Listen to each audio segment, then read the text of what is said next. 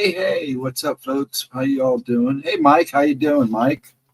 Mr. Behold and all that crap. I hope you're good tonight. Smoochie, hope your husband's doing good. Still in the hospital? Yeah, we'll take some time, sweetie.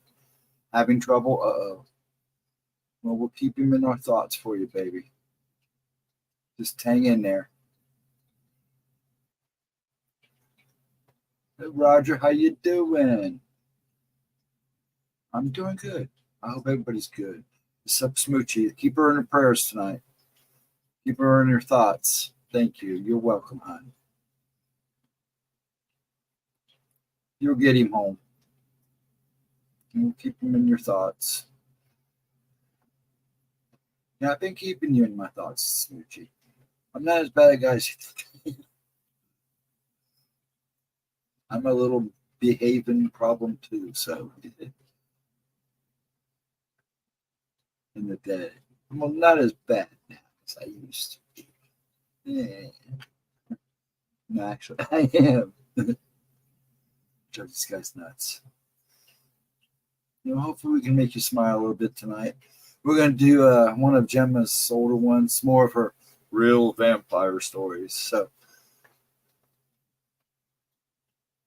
And then her new books, when released, the Gone Missing Mysterious Disappearances is out now. Book 2. So I'm going to drop the link in here in a little bit. Hopefully you guys go check it out. Yes, honey, we will. We'll keep you in your thoughts. It'll be okay. It's hard to say. I mean, honey, you guys are stronger than you think, so you need each other too bad. Did you, Mike? Doing well with your bang bang? Forgive the cancer. Forgive the coffin nails. It's like nighttime as soon as I sit down. It's better than I break pencils, I break chairs, so it's just a way to keep my nerves from. It's not a good way, but it works for right now. I think I'm going to get one of those fumes. But seriously, Smoochie, you have been in my thoughts, so just keep good. You got to stay strong for him, too. And I know you are. Now, make sure you take a point and make it a point, hon, to go home every so often and take a break. Because it's doing him good. You can't help him when you're feeling all, believe me. And I hope you've been able to do that. At least go home, kind of clean up, and kind of get your crap together. Because that is important. 150 rounds. It was raining, so we did indoor work. Oh, there you go. It was raining. It didn't rain here at all today. It was supposed to, and then it kept changing like every hour. So I said, it's cool. But it got kind of toasty, kind of mud. Got a little yard work done, a little this, a little that, fed all the birdies. Made sure all the soot was out. And refreshed the hummingbird feeders.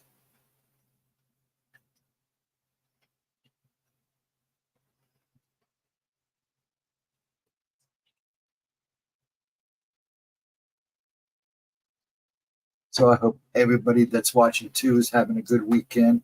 I know it's Saturday night. I know a lot of things are going on out there. So a lot of streaming, and it's a beautiful night here. So I'm sure I'm hoping people are out enjoying it. I came in a little bit ago, went out and sat, enjoyed the evening like I always do. Did a little Tai Chi. Kind of got my bearings back. Maybe I won't be as spazzy tonight. But yeah, I think we're going to do that. And she hasn't posted her videos for Monday yet, so I can't show those yet. She forgot to tell me what they were. I'm sure she's watching me. So, Gemma, if you're watching, you know what your titles are for Monday. Let me know and I'll drop them. I think you told us and I forgot. I know one's listener encounters. I think, no, they're double. It's a double feature. Both of them are listener encounters. So Arranging a movie after a couple of beers. There you go. Perfect Saturday is what you do. Let's see what we do today. We ran around a little bit. I got him out of the house. He was going nuts, poor guy. Got the old pop out of the house, old man out.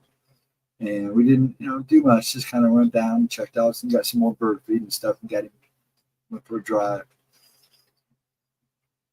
Came home, chilled out a little bit, worked in the yard, fed the birdies, watched him working on a lawnmower, and that was about it. A pretty casual day. I got to stop a little early. We had Italian for dinner. It was good. I had ravioli.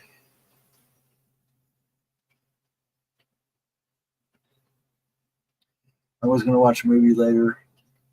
I don't know what I'm doing. I may actually try to go to bed. I actually slept a little bit. I was going to wear my glasses tonight, but my eyes don't feel too bad. I don't know how long they'll last.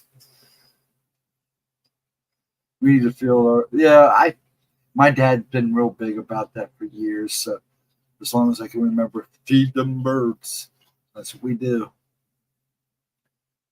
But we've only seen maybe 2 hummingbirds. But they had to come up through a lot of bad weather, so I don't know what we'll get this year.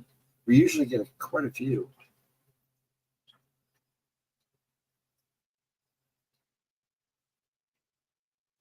But that's about it. Sorry for the silence. I was just making sure people were watching and listening. Anybody got anything to say? Before we start, I kind of will let everybody roll in before I start the video. Hopefully, I can stay in YouTube chat while it plays. I'm going to drop that link here real quick. Get it here. Oh, don't do that. Okay. Okay.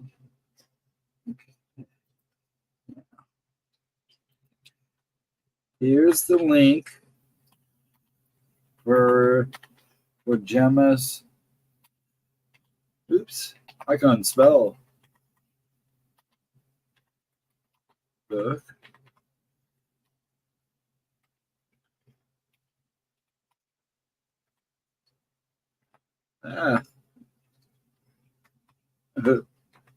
Until I've been. Why did it do that? There we go.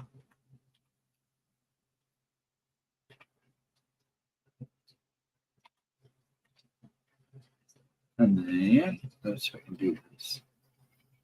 Do that yet. Honest. Paste. There we go. And there it is.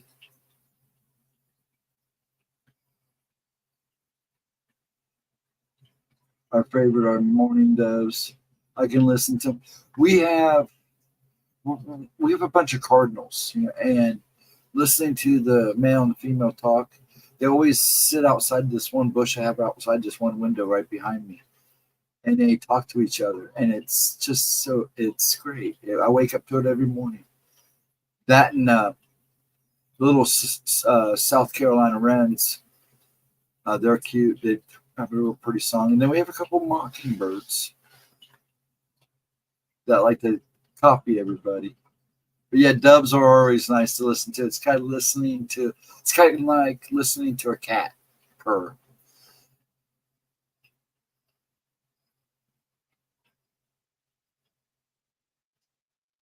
Before the nurses came back, I'm going to take a nap. Thumbs up. Thank you, Smoosh. You get some rest, okay? You really should try to take a break and go home in the morning or something, kind of clean up and get yourself comfortable. And get you regroup yourself, and then hurry back. I mean, you can go home long enough to kind of clean yourself up and make yourself calm down a little bit. Maybe try to get some eat. Oh, did you have pet cardinals? So that's cool. Yeah, and they mate for life. So that's always amazing to me. Yes, Snooch, you get some good rest, huh? Send him our love. But yeah, Gemma's book's right there. If you guys check it out and leave a review, I'd appreciate it. And then all of our other stuff is on the Tinker and in the description too. So I just didn't get to add that one to the description. I will make sure that it's done. But yeah, we're going to do for the video tonight, it's My Hunt for Real Vampires, more research. That was the only second one I can find for the first one. I wasn't sure if she did one in between or not. We did last week, we did, where is it at? Where is it at? Where is it at? Well, where'd you go? You know, she has a pretty big library. I'm pretty impressed. 3 years. A little, about 3 years worth. About 2 years, 2.5 years. It should be like 3 years. But she also took videos out. So, anyways, this will be the second part. Now I screwed up and I ran away from the one I wanted. It's all right. But I hope everybody's having a wonderful night. I really do. I'm just kind of casual tonight. Good of driving in the New Orleans ghosty. I don't blame you, sweetie. And with the way your weather's been, I don't blame you one bit, hon. I really don't. I had a flock. If I had, they are so cool too. That's cool. I have almost all of Gemma's books. Yeah, I got the ones on. I got the last couple on Kindle, but I want the hardcovers. So I get the hard, I want the hard copy. So what I'm probably going to end up doing, I'm just going to order them and send them to her, and then she can autograph them for me and send them, and then I'll give her the money to send them back to me. But yeah, I got to get the rest of them. I've read them all. I don't mind listening to them. But I'd rather hold the book and reread them. I still read. I read a lot. I need to get some. I'm tired of reading the same stuff. I got to get me some new books. So I've been checking out, seeing what looks good out there. I think I'm going to go more casual this time. Good scary story or something. Usually it's like research stuff. I'm getting tired of it. I've done so much research, I just get tired of it. So sometimes I have to take a break. But yeah, we'll do more real vampires. And like I said, I'll drop the link again. Please, folks, if you're listening, whatever, donations are a big help. We're trying to keep the channel up and running. We appreciate it. So every penny helps. Best way to donate actually is through CashApp or PayPal. And you can, whatever you send me, and mine's in the description too, whatever you send me goes to the channel. So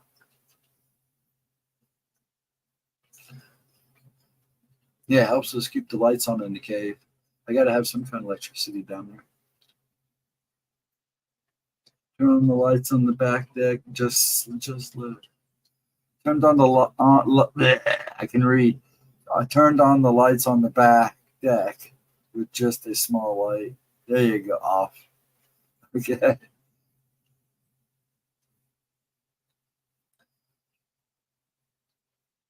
Yeah, I sit in my backyard. If I sit in the middle backyard, I can stare straight down the cemetery. Sometimes it creeps me out. I got up one morning. I will say this: not too many people complain about seeing stuff down. There's been incidents, including mine. But there was one morning, probably about a year after I moved here, back here. I was out doing Tai Chi. It was about 4:30 in the morning out in my backyard. And I'm doing my thing. And I'm looking, I turn around and look at the cemetery because I swear I saw headlights, but I didn't see them anymore. So I figured I had somebody sitting back there parking or walking the dog, because they'll do that all night long because you can get in. Anyways, the lights never come back on and never see it. And I was out there for a good half hour. And so as I'm getting ready to go back inside, I see this figure walk across the cemetery. I'm like, but it didn't look right. It didn't look right. But it could have been somebody. But it was kind of creepy. I can't type with crap. I can't either, dude. And sometimes autocorrect just makes it worse. In fact, a lot of times it does make it worse. But yeah, I never trusted autocorrect. I always still check and I still screw up, and then I'll fix it and I'll send it, and they'll put it back the way it originally was. It's like, why'd you do that? I fixed it. I'll do that again. Yeah, we're down about 3. I'm going to give it a couple more minutes. Edna better show up. Hey, Chris, how you doing, sir? Hope you're well, sir.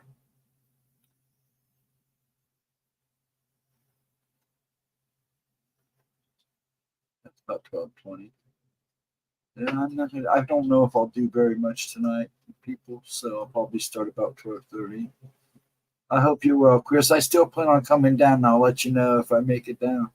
I plan on coming down probably about the first week of June or so. I'm going to watch what I spend. We're going to take Pops to go see an air show at Rickenbacker.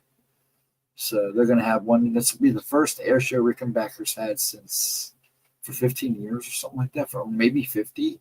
It's been a long time since they've had one. I think Giles said it was like been 15 years or more since they've had one down here. So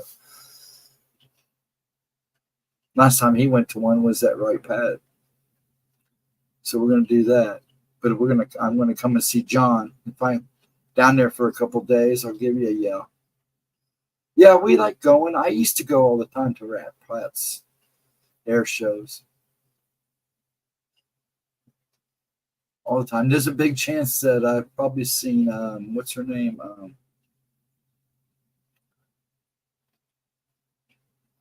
Rebellious. No, I can't think of it. Lynn. Richie Lynn. Well, she don't like that probably now. Lynn from Rebellious. She does the political channel now, but haven't seen an air show since Right Pat over 25 years ago. Yeah, it's been a while for my dad. We used to go all the time. Me and a couple of guys used to go all the time. And it's probably been about 10 or 15 years for me. I say that, not about 10 years. No, probably less than that. No, about 10 years. Well, because we didn't go. We wanted to go once when we were married, when I was married, to take the kids, but we never went. But I did go right before I got married. And then after I got divorced, me and a couple guys went to one. Oh, well, they're cool as crap. I love those things. I'm about half deaf anyway, so it's been a while for me too. Yeah, I figured it'd been a while for Dad. I thought he'd get off on it. It's been a while, and he gets, he still has that, military attitude at times, so he just keeps trucking. He'll fight it till the end. So I thought it'd be cool for him to go. It's been a while. Because I think the last time he went was when him and my second oldest brother, and his kid went. They went. And I was wow, Mom was still with him. So.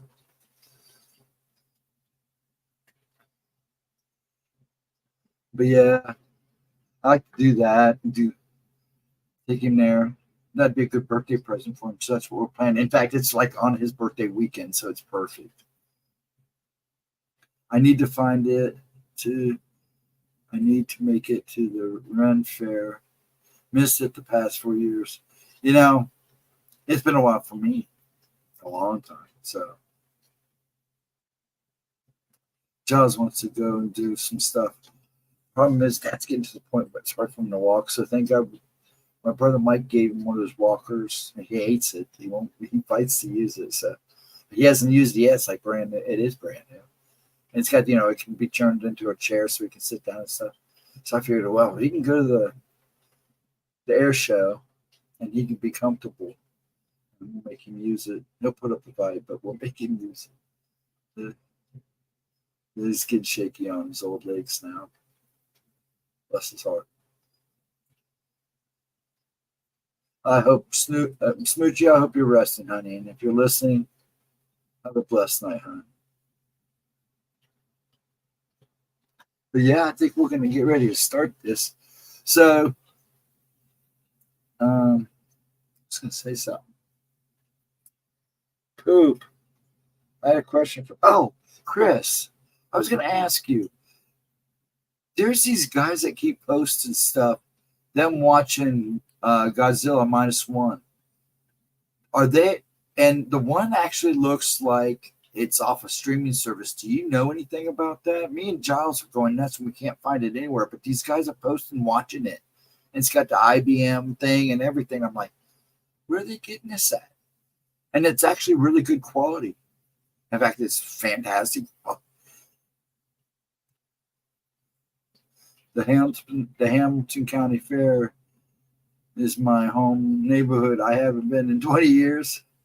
Yeah, Chris, Josh showed me a couple posts. I don't know, from TikTok or something, of people watching Godzilla -1 on TV on their screen, and it didn't look like it looked like it was from a streaming service, and it didn't look like somebody ordered, from Tokyo, because a couple people have just got theirs finally from Tokyo, from Toho. They're nice. I probably wouldn't open that one. I'd probably wait and get the American one and then buy that and open it. But anyways, he's seen these guys and they're streaming this, and it looks like it's from a streaming service. It says IBM, the movie code, the rating and everything, and they actually are watching the movie. So we can't find out what the heck. Well, Shadowbox has it in HD for weeks now. Really? I wonder if that's what I'll have to tell him to check that again. So he said he couldn't find it. Maybe they took it down. Maybe somebody found out and took it down. But I'll tell him to check it again. You said for weeks? I'll have him checked. I'll have him check again. I thought he said he checked that. But he was driving us nuts. But thanks. But not Shadow. Not Shadow, Show. Oh, Showbox. Okay. Showbox. Maybe that's where they're getting it from. Because I knew he's used one. He uses one too. And I don't know if he uses the same one you use. But yeah, I'll tell him. It's Showbox. I didn't know there was one called Showbox. I always thought it was Shadowbox, but that shows you me.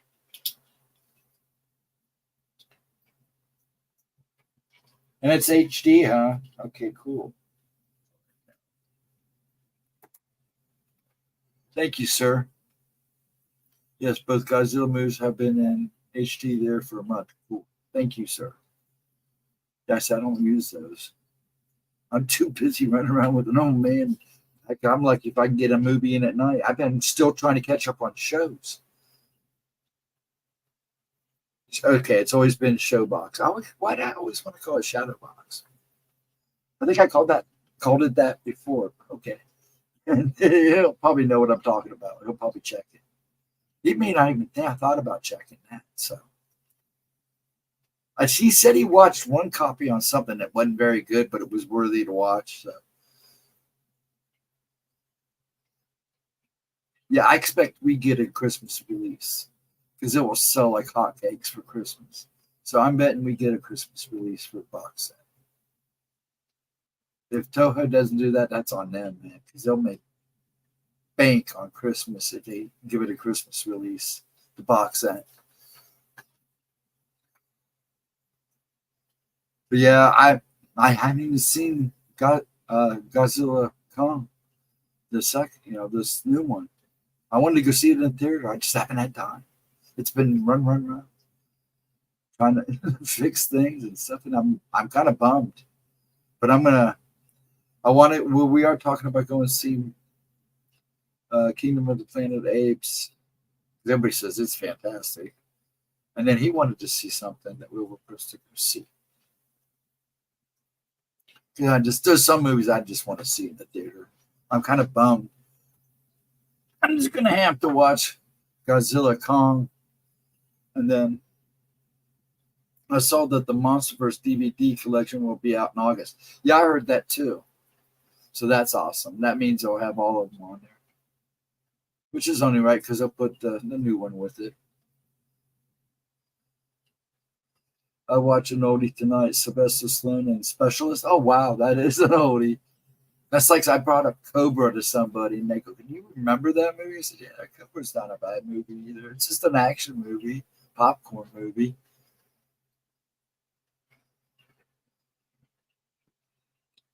It's not as bad as Watch Mama's Got a Gun or whatever it is that he did. That was a joke.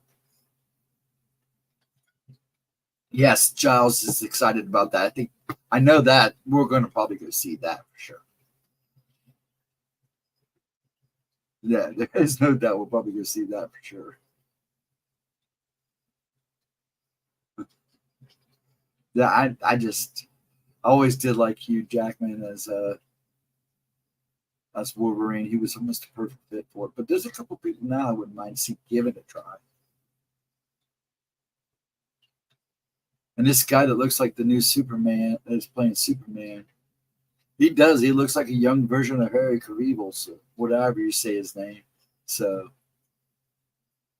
definitely a popcorn movie. Yes, definitely a popcorn movie. Yeah, see, I'm a popcorn movie guy. If I'm gonna go to the theater, I want to see something that's gonna just and I can just sit back and just lose it. Now, there's a few movies that I'm more in depth into, really being critical of. But when I go to the movie theater, I want to sit back, eat popcorn, and not have to think. Just have a good old ride. I've seen my share of crap, that's for sure. But see, that was one thing about the '80s. All everybody was putting straight to VHS. You stayed home and ate popcorn, and you rent like 10 movies, 12 movies. So how many they'll let you rent? Come home and watch them all weekend.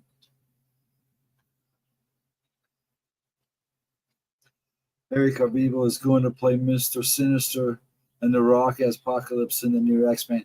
Yeah, we'll see. Rock kind of peeved me off by screwing things up. I'm surprised he's going to work with him. Harry wasn't happy with The Rock. After the scam he pulled with Shazam.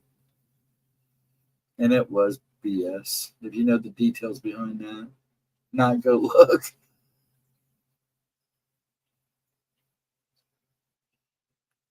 Better weather altering projector out with the laptop. There you go. That's what you do. Yeah, I had a friend that used to, "Hey, Rainwater, how are you? Thank you for stopping in. I appreciate it. Really do. I hope you're having a wonderful weekend so far." Henry has already been hired. Oh, okay, cool. Yeah, just Rock kind of. I'm not saying more than that. I mean, there's some. I enjoy his stuff, but he's also done some crap. But we all have. It's just that Shazam kind of made me mad because it was supposed to open the door for a couple things, and because I just wanted to be. I mean, that's it. Well, it didn't do that great. Could have been so much better. I kind of liked it. I mean, it wasn't great. It was a popcorn movie. Could have been a better popcorn movie, but that's my opinion. But yeah, I'm going to get ready to start this video, and hopefully we can keep rapping during the video because I do want to play the video. That's what this is all about. Oh, did you? Did it look good? No, that's cool. Let me get this video started. Hopefully I can keep chatting while we're watching the video in the chat. But I do want to watch this one because I don't remember this one. I didn't look like I might have missed it or something. I don't know. I know I went back and watched it later. Okay. Lined up here. What is up, you guys? Come on. There we go. Get back to the thing. And if everybody is ready, let me swing this over so you can see what I'm doing. Only a picture of him? Well, hello, Jules. How you doing, dear? I'm getting ready to start the video. The upload.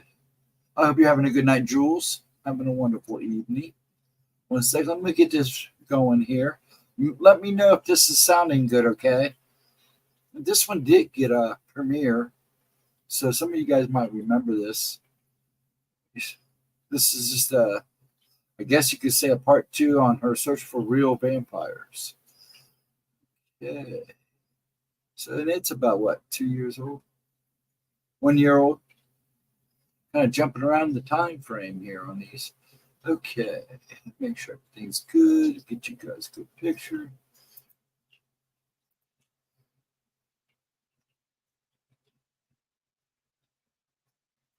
Okay. So we look here. Put me down at the bottom. I belong in the bottom. Doesn't sound right. There we go.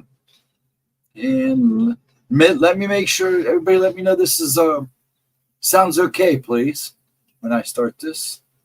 And I will turn this on. I'll mute my mic, and hopefully I can talk and chat. What is up, you guys? Welcome back to my channel, and if you're new here, just welcome. My name is Gemma Jade, but today we are going to be discussing real vampires. It's been a while since we touched on my favorite subject in the whole world, real life vampires. I don't mean human beings who parade around getting blood from donors and acting like they're immortal, okay? I'm talking about vampires, ones who roam the earth to this very day, who are exactly like Anne Rice's Lestat. They don't sprinkle, they don't sparkle, and they certainly do not fall in love with high school girls. They are savage and they are beautiful. They're rich beyond compare, and they loathe human beings. I loved the Twilight movies and was even obsessed with True Blood at one point, but there's a feeling I have in my blood and in my bones that is far too hard for me to ignore when it comes to the undead. I fully believe that one day they will come out of the coffin, so to speak. Just as we are now understanding more about extraterrestrials and all types of other entities who 50 years ago we thought were nothing more than made-up fantasies and fairy tales meant to give each other a good scare on Halloween or during some slumber parties somewhere, we will someday come to find that vampires like Lestat are in fact real, and that they possibly, albeit discreetly and very quietly, run the world. The term vampire wasn't even a part of the English language until the 1700s, when it first appeared in a book called Travels of Three English Gentlemen, which was published in 1746. Despite this, there are legends of these blood-sucking undead that go back to the beginning of time itself. It all goes back, if we're being honest here, to Lilith. As most of you know, I'm writing a book about shadow people, but from what I've come to know in my research and in the work I do with my own abilities outside of YouTube, is more dangerous a bedroom invader than all of the other entities we can name right now put together. She comes in the dead of night, a beautiful and regal woman. She is lust personified and targets men of all shapes, sizes, ages, and occupations. She is indiscriminate in her victims for the most part, as I have heard about a handful of women who have also had encounters with her. She doesn't and never has just wanted the sex and the semen from these men, but their very essence, their life force in the form of their blood. Lilith always causes her victims to become anemic, even after just one encounter with her. This is a sure sign that their blood was taken and dangerous levels of it at that. Lilith belongs to the Gnostics and some Christians, but in India, they believe in her as well, only they call her by a different name. She is Vitala in Hindu. Despite these entities, and there are more than one, being spiritual in nature, they were still able to drain the blood of their victims, again, both male and female. Lurking in the shadows of cemeteries and graveyards, they would drain the newly deceased of every single drop of their essence that they possibly could. As soon as they were through and the darkness was fading, these Vitala would quickly dig themselves into holes in the ground, which were promptly covered up, leaving no sign that they were ever there and no way for them to ever be detected by us humans.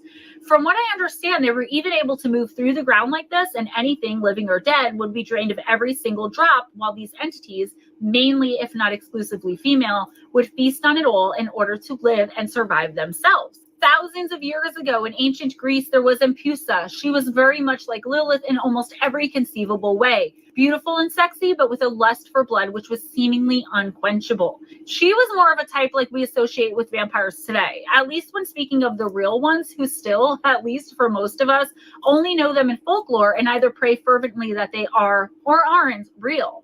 What is the draw of the blood-sucking undead? The immortality, of course, at least for me. This is what I find most fascinating and most enviable of all of it. Being able to go on and live forever and never having to give up on a dream or be beaten down by life itself. Contrary to popular belief, this does not mean the loss of one's soul, but I will try to get into that before the end of this video. If I can't, I'll mention it again in the next one on vampires. We'll talk about why they do not lose their souls. And Pusa took flesh as well as blood and sperm. Zeus himself had a secret love affair with a female vampire, and her name was Lamia. She was especially cruel in that she targeted children, draining them of their blood and devouring their flesh. I can go on and move to Hungary and Scandinavia and Europe and back to the United States. We all have our specific legends, and individually, we all believe something slightly different than one another as well when talking about countries and cultures and legends. Really, it's what you make of it. And that's why often I wonder if, perhaps, vampires are real and do roam the streets. Perhaps invoked by us humans in Hollywood, making them so appealing to us. Are they totems we have resurrected with the almost worship-like following of the movies about them? The movies that romanticize the bloodsucker and make it glamorous to become an immortal. The Highgate vampire is another entity which I believe very much existed, but that has been tossed aside as nothing more than the mere paranoia of a town who was at its wit's end and all out of rational solutions and explanations. It was only in the 1960s when this abominable creature was first reported, but I believe it was there for much, much longer, and that it's still there, roaming the area to this very day. I wonder if they have many missing children or animal mutilations in that part of England today, where the Highgate vampire was. This vampire was reportedly 7 to 8 foot tall, with fierce, burning red eyes and a gaunt, pale face. It wore a long black cloak and skulked among the gravestones late at night. The cemetery itself opened in 1839 in North London and contains both an east and a west cemetery. Now, I've discussed the Highgate vampire at length in one of my other 2 or 3 videos about real vampires here on this channel. I'll leave the links to those videos in the description box for sure. Like I said earlier, I can go on and on. It seems there is so much information and so many encounters that, if believed, would lead anyone with a rational mind and reasonable thought to surmise that there is such a thing as vampires, but it's all kept so pulled apart, nobody is putting it back together again. It all seems so very random and fantastical, but I assure you, if you can pay close enough attention and get through to the very heart of the encounters and reports, you would see what I'm trying to say, that there are real vampires roaming this very earth right now as the moon stands in the sky and I look out my bedroom window. They're here and they're as real as you and me, something I have never personally come across, and I feel like that's probably what fascinates me most of all. Aside from, as I said already, the beauty, the riches, the immortality, I'd be okay with staying looking how I look now, only better, and never having to worry about money again for the rest of my very, very long life. The things you would see over centuries if only you had the time. Just imagine it. Let's get into some alleged encounters, though, and then you can tell me what you think in the comments below. On May 1st, 1932, there were 2 prostitutes living in a boarding house in the Sankt Eriksplan district of Stockholm, Sweden. Their names were Lily Lindström and Minnie Jansen, and they were pretty close friends. Oftentimes, women who are in that line of profession feel a sense of protectiveness over one another, and even a kind of sisterhood a lot of the time as well. It was May Day, and the 2 were discussing their plans for the evening. Lily was 32, Minnie 35, when all of this happened. Now, having a landline phone back then was a really big deal. It was quite uncommon and must have cost a lot of money, especially compared to nowadays. There was only one on the whole floor, as most, if not all, of the women either in the boarding house or on the second floor with Minnie and Lily, they were all prostitutes. They would all get calls at Lily's, as she was the only one with the phone. Her nickname was actually the call girl, ironically enough. I don't think prostitutes were called that back in the 1930s in terms of it being a profession, but I think this is where it might have come from. Girls in boarding houses and the like who would take calls. So anyway, that night, Lily took a call from a client she had seen many times before. After no one had seen or heard from Lily after that night, someone called the police and they found Lily dead in her room, the last person to have seen her alive being Minnie. Minnie told investigators that Lily had knocked on her room door twice that night for condoms. The second time was at approximately 9 p.m. and she had noticed that Lily was completely naked underneath a long fur coat. That was the last time anyone would ever see Lily alive again. After calling Lily repeatedly and ringing her doorbell but getting no answer for 3 days, it was actually Minnie who had raised the alarm and called the police. They had to force their way into her little room, or apartment as it was called, and they found Lily lying dead on a chair with the clothes she had been wearing earlier in the evening folded neatly on the sofa right next to her now deceased body. She was the victim of extreme blunt force trauma to the head, but that wasn't necessarily what killed her. And some of the officers at the scene felt this was mainly to incapacitate her. You see, every drop of Lily's blood had been drained from her body. She had been completely exsanguinated, and the killer had used a soup ladle from her kitchen to drink the blood. Despite the authorities' best efforts to keep the death and the cause of it a secret from the press and therefore the public, it leaked, and the killer was nicknamed the, quote, Atlas Vampire, end quote. Her final customer, who was also considered to be her killer, was never found, and couldn't find any more victims that I could definitely and confidently say belonged to this particular vampiric killer. Normally, despite the camaraderie and aforementioned protective and sisterly nature of prostitutes toward and for one another, there is almost always this extreme code of not only secrecy, but of minding your own business. And I think that even if there were other victims, Lily was probably the first. The police and anyone else involved probably went through further lengths to cover their tracks with the other ones because of the insanity of the reports Lily's death caused. So her being the first victim of the Atlas Vampire, and then the police being like, okay, look what happened with this Lily girl who was killed, so let's really keep it under wraps this time. And that might be why there's only one official death, as far as I could tell. The city was in an absolute uproar and scared, but the fact that the murder victim was a prostitute, people felt the tragedy and death wouldn't touch them as long as they weren't women of the night. These ladies were outcast and the heat died down really quickly. I personally believe that's why there are no other reported victims to this particular killer. Nobody cared enough. More recently, in 1984, and much closer to home for me in New Orleans, Louisiana, United States, there was a rash of murders that seemed to have been committed by a vampire. 9 people in total were found dead, men and women alike, throughout various parts of the French Quarter. The cause of death was the same for all 9 in that they had all had their throats torn out. The paramedics who responded to the scene were shocked at the lack of blood compared to the gruesomeness of the scene itself. They thought it very possible that the killer had simply drank the blood directly from the throats he or she had just torn out of the victims right there on the scene. The cases were never solved, and not even a suspect was ever named or considered. Not even a person of interest, but the underground in the city has a way of keeping these things sort of to themselves, even to this day. There was in 1984, and still is, to the best of my knowledge at least, a coven of vampires, if you will, and one of them went rogue and started committing very public murders right out in the open of the streets, like ripping out 9 throats, right? He or she wasn't even hiding the victims or trying to cover up for the cause of death. Take, for instance, the blow to the head Lily received in our previous encounter. I personally believe that was a diversion. You can't just go around making it obvious you're ripping out throats to drink blood, after all. Anyways, it said that whoever this rogue was were killed by the elders and or others in this particular coven. Done deal. That's why there seem to be no more murders like this one in the city. At least not ones that were so widely reported as these 9 altogether. Also in New Orleans, but a few decades earlier, the police were called to Royal Street in the French Quarter, where they found the bodies of 3 prostitutes. They were found lying in an alley with their throats torn out. They had only been dead a few minutes, yet there was no blood at the scene and no clues were left behind either. There was a witness, though.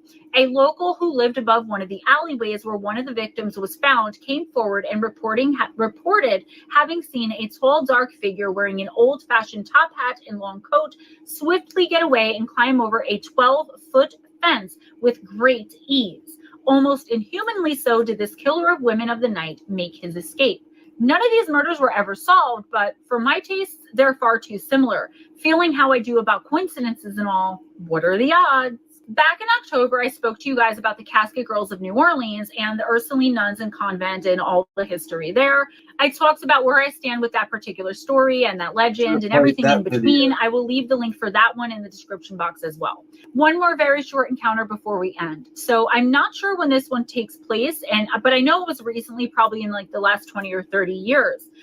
3 women were walking past that same Ursuline convent late at night one night. They saw a man standing up high right in front of one of the shuttered windows that are rumored to be how the vampires still to this day get in and out of the convent and into the city to prey on the people who live there.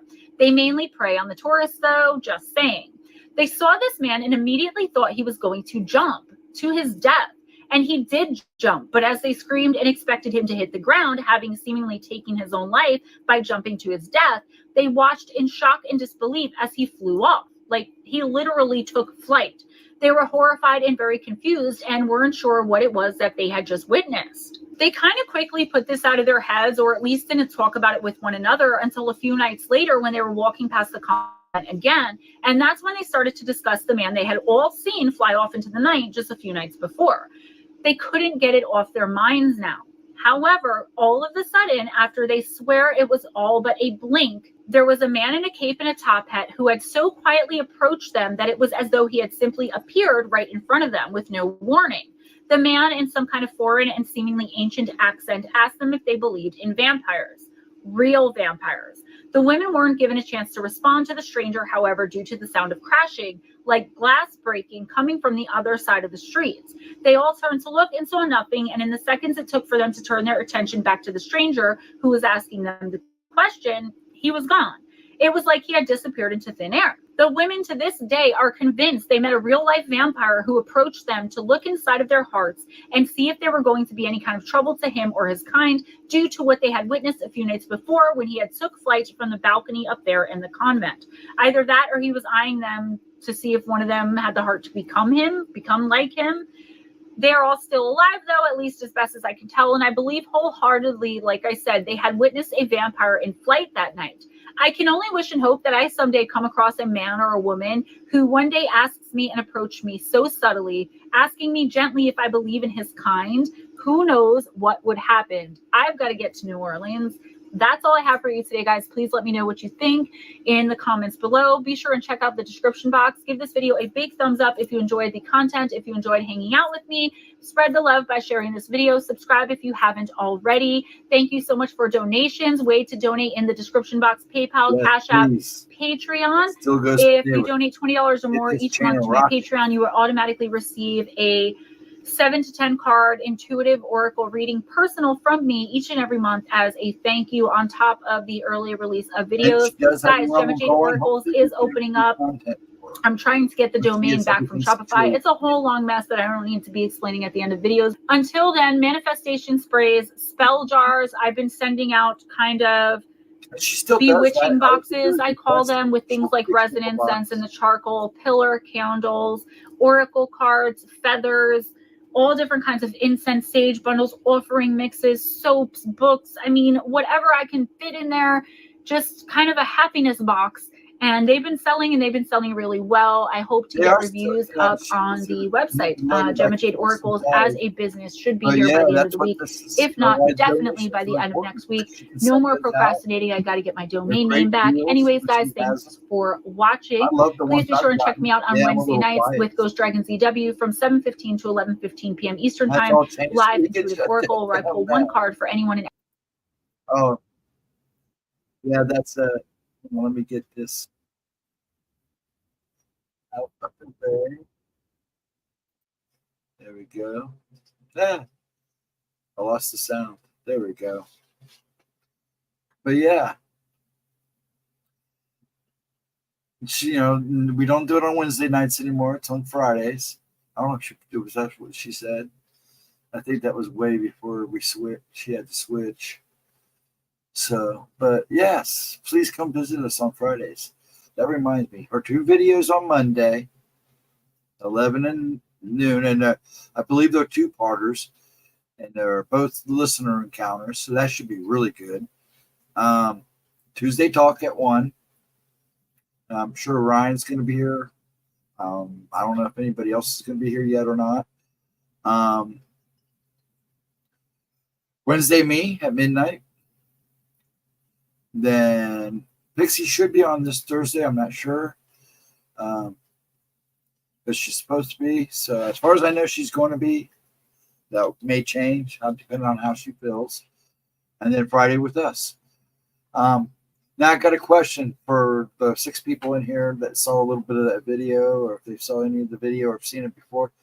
Now, I have a question for you guys. Do you think there's real vampires? Do you think these vampires are vampires of, like energy or your soul? They suck life force stuff from you?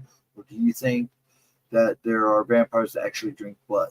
Or do you think there's both? Oh, go answer your phone, Mike. It's okay. This hour. But yes, do you think any of that? Did anybody have any opinions on that? I need a drink. What's your views on that? I think this may be both. Now we know that some entities do thrive on your force, your life force, your feed off your emotions. That's kind of a vampire energy. Oh, Vixen, here we go. I do believe in energy vampires. Now, see, I absolutely believe in those. I agree. Yes, both. The biggest ones are the ones who feed on energy, but when their energy gets low, that's when they turn to blood, the source of life.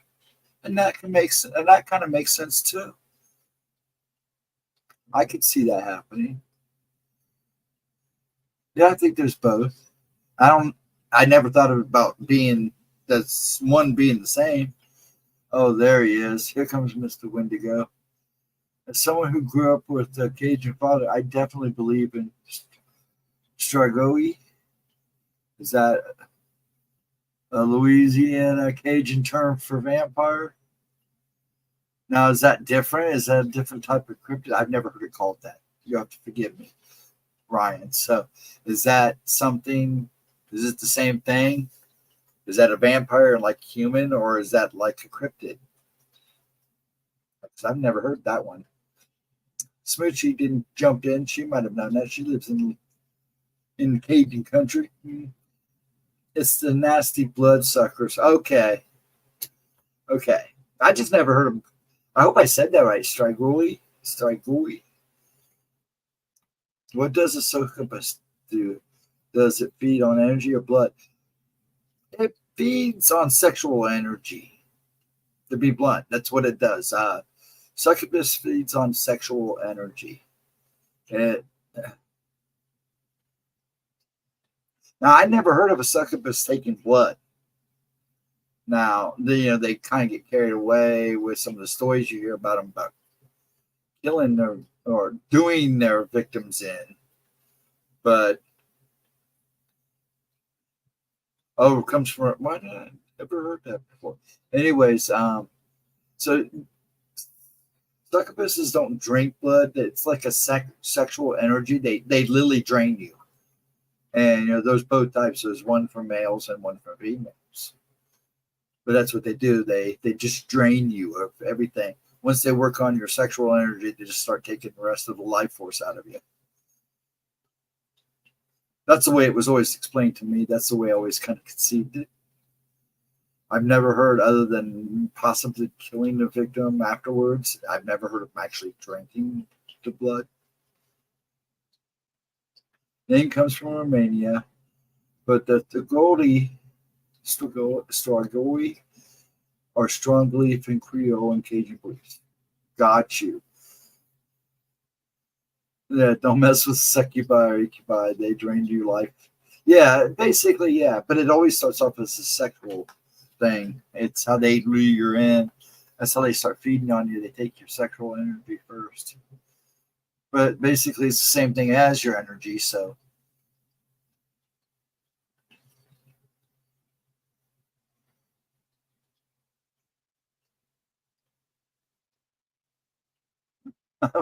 Yeah, you're silly. You deleted it there, but I could hear it here. So you rewrote it again. You rephrased it. Say, what do you say? Thank you. The Vietnam vet. I had when I lived over on the west side where I live now, I lived right 2 doors down from a Vietnam vet. This guy had seen like 8 or 9 tours during Vietnam. And he was rough. He'd hear him screaming in the middle of the night.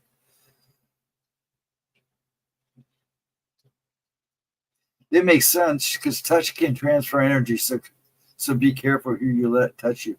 Yes. And that's even when you're walking around in public, bumping into. Actually, you really don't have to touch them. I mean, you could literally. Most people like us can feel the people as you walk by them if they're stressed or happy. You pick up on that energy. You transfer that energy. Even just by standing in the ground, you guys are all transferring energy to each other. Good, bad. That's why some people get so emotional or so mixed up in crowds, just because they're getting all that. And it's being all transferred to them. Multifaceted jewels. Is it possible? It's possible. People manifest these things. Yes, they do. Yes, they do manifest them. I know there are in rituals to summon. Yes, there are very many rituals and occult practices to summon incubus and succubi.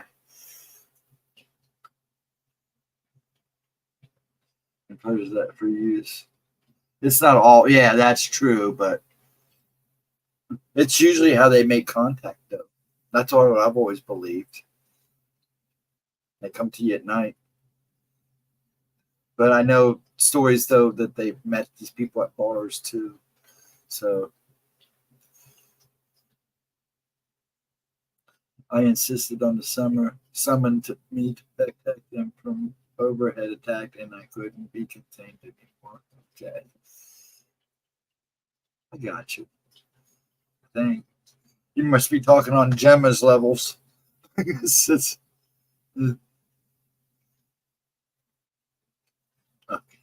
My former training partner. Yeah, actually, when I practiced, a couple of my teachers were Vietnam vets. Why I stay away from crowds. You see, crowd, for me, it's a different reason, but I've gotten to control that part. It's just the seeing stuff that it's hard to control that I can't control.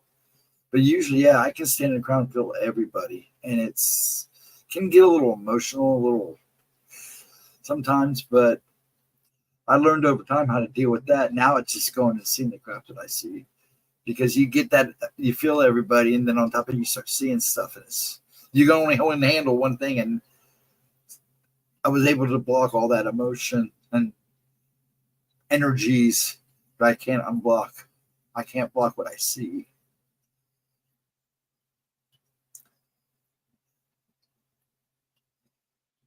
Am I? No better. I am. Fae blood, maybe. I knew one guy who claimed to have had a one night encounter with a succubus. Dude was really messed up mentally and emotionally for a long time after. He died not long. Oh yeah. See, now I've heard stories like that too.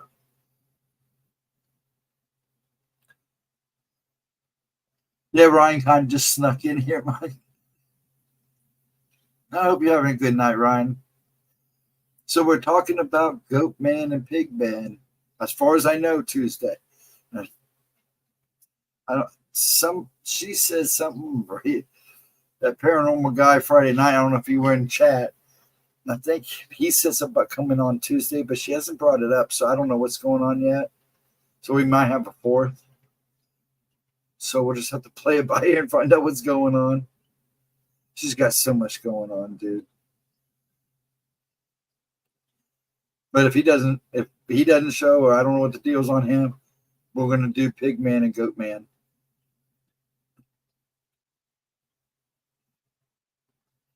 I'm stoked about Goat Man. I know you are. There are very spooky topics. Goat Man's really spooky. Pig Man, I've heard so many different lores about him that it can be interesting. Not as much spooky as just interesting. There are some great spooky stories about him now. A Goat Man, he's just creepy. And most people take that for an occult thing because of what it is. What most goats stand for is an occult. Oh yeah, definitely. For sure, Ryan, for sure. Yeah, I think one Tuesday we need to talk about vampires too, because she loves vampires. Talk about the differences between TV and movie vampires, the scary and the tweakly type. But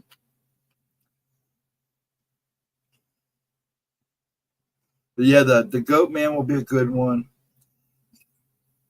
Hey, Ron Forrest Jr., how you doing? I do believe in blood-sucking vampires in human form and have heard some stories of natives believing in them.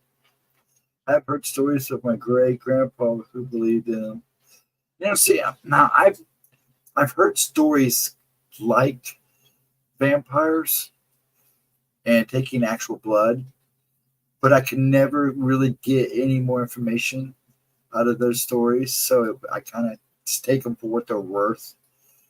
But I haven't heard any like real intense, energy or blood types. The energy ones you hear about all the time because they're all around you. You know, there's you may have a friend sometime in life that was an energy vampire. So, but yeah, I've known that the vampire lore has been around forever. A lot of people believe it started when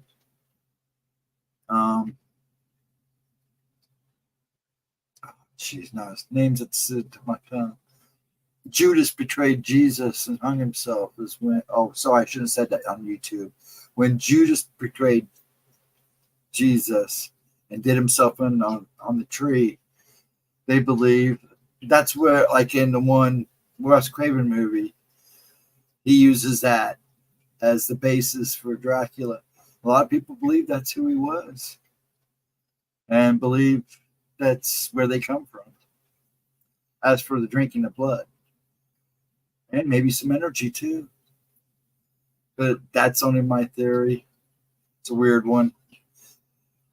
I heard that even before that movie came out, and it was like, oh, and then somebody made a movie and used that kind of deal with it, and I was like, he must have heard the same stuff I heard.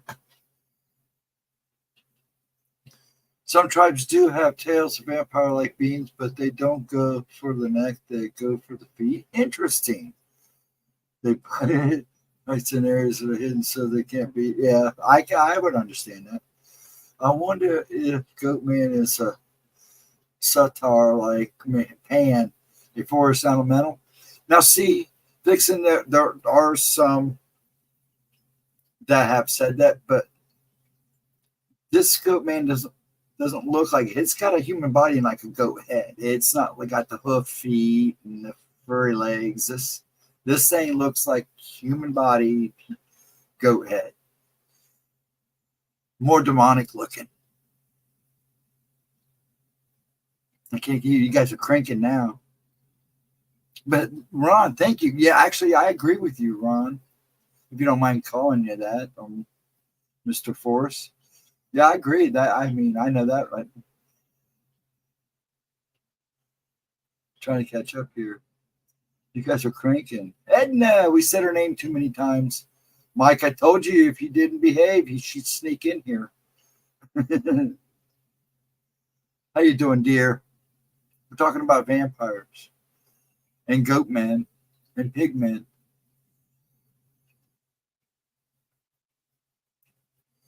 I hope you're having a good night, dear. Hey, my J. You should have done it with capitals so he knew you were here for sure.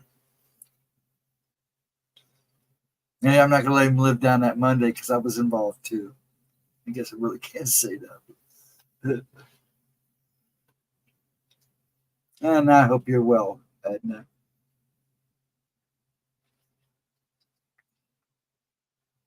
I think about you and been thinking about Smoochie and Pammy and a couple of people lately. Lotus. You learned Friday you couldn't fool me down, didn't you? And I knew. You got to tell these people, man. Slam your foot down. What Ryan say? Goatman tends to be really violent, yes, unlike Pan. He seems to loathe teenagers and children. Innocence seems to provoke him. Yes. Kind of like an evil entity. Doing good. That's good, Edna. I'm glad you joined us. Though sometimes I get upset because I know you're not just as about the same shape as me, a little bit more worse. I don't know. But I know you sometimes I feel like you should be going to bed, young lady. But I love having you here. Love having you all here. It's plaid. Uh-oh. He's talking plaid, Edna. Watch out. Could still be an elemental. That's true, too. Things get called yeah, I know that too much, but sometimes I call it as I see it. I don't think this goat man's like it could be a form of elemental, but I think it'd be more of the bad sides because when you talk goat man, you hear more intimidation, kind of like dog man kind of dot and stuff where he's just aggressive. And yes, it's young people. It loves to chase the innocent.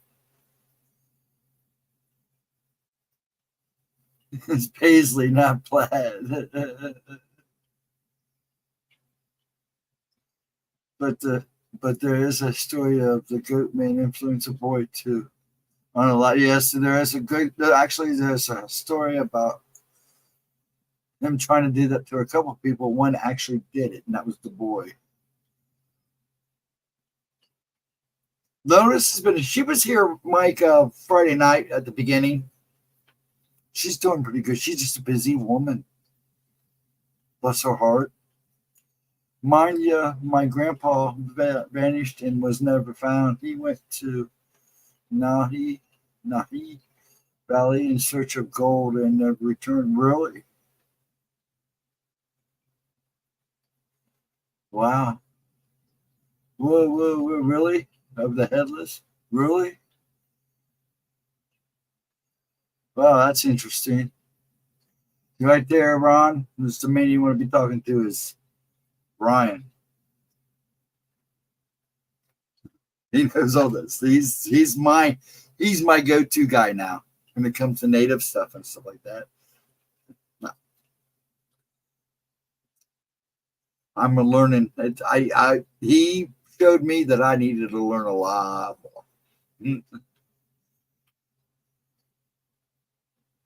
Stuff Vikings. The elementals and the forest folk unseenly don't like humans of any age. Yeah, that's true too. Yeah, I know that. I know the stories behind the Fae and elementals. Elementals to me kind of like Jinn. Jinn's a little more unpredictable, but they have this kind of same kind of line. But I mean, there's different, but they kind of. I don't know. I'm not going to go. Man, the Nahi Valley, I've never go there. The Wahili. Now you guys are using this language, and my verbal skills suck because of my Tourette's. Too many things there. Oh, yeah, I know that place is not a cool place to go. Yep, Northwest Territories. And what's funny is I almost went to Northwest Territories. I was going to move there with a friend. I haven't heard from him for 5 months now. Yeah, it's been about 5 months now. Maybe longer. He left a little old man. It's a long story. So, wait here, not exactly an idea. A destination. Early 1900s. Wow. Is known for Squatch attacks, and they say prehistoric homes still live there. Like short-faced bears and dire wolves. Really? I want to go there now.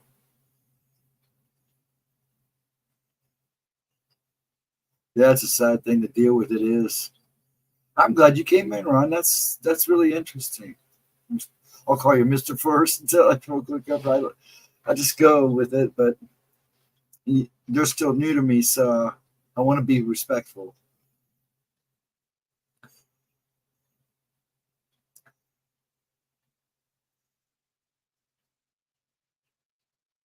I'm trying to keep you guys going to town. I love it when the chat goes to town.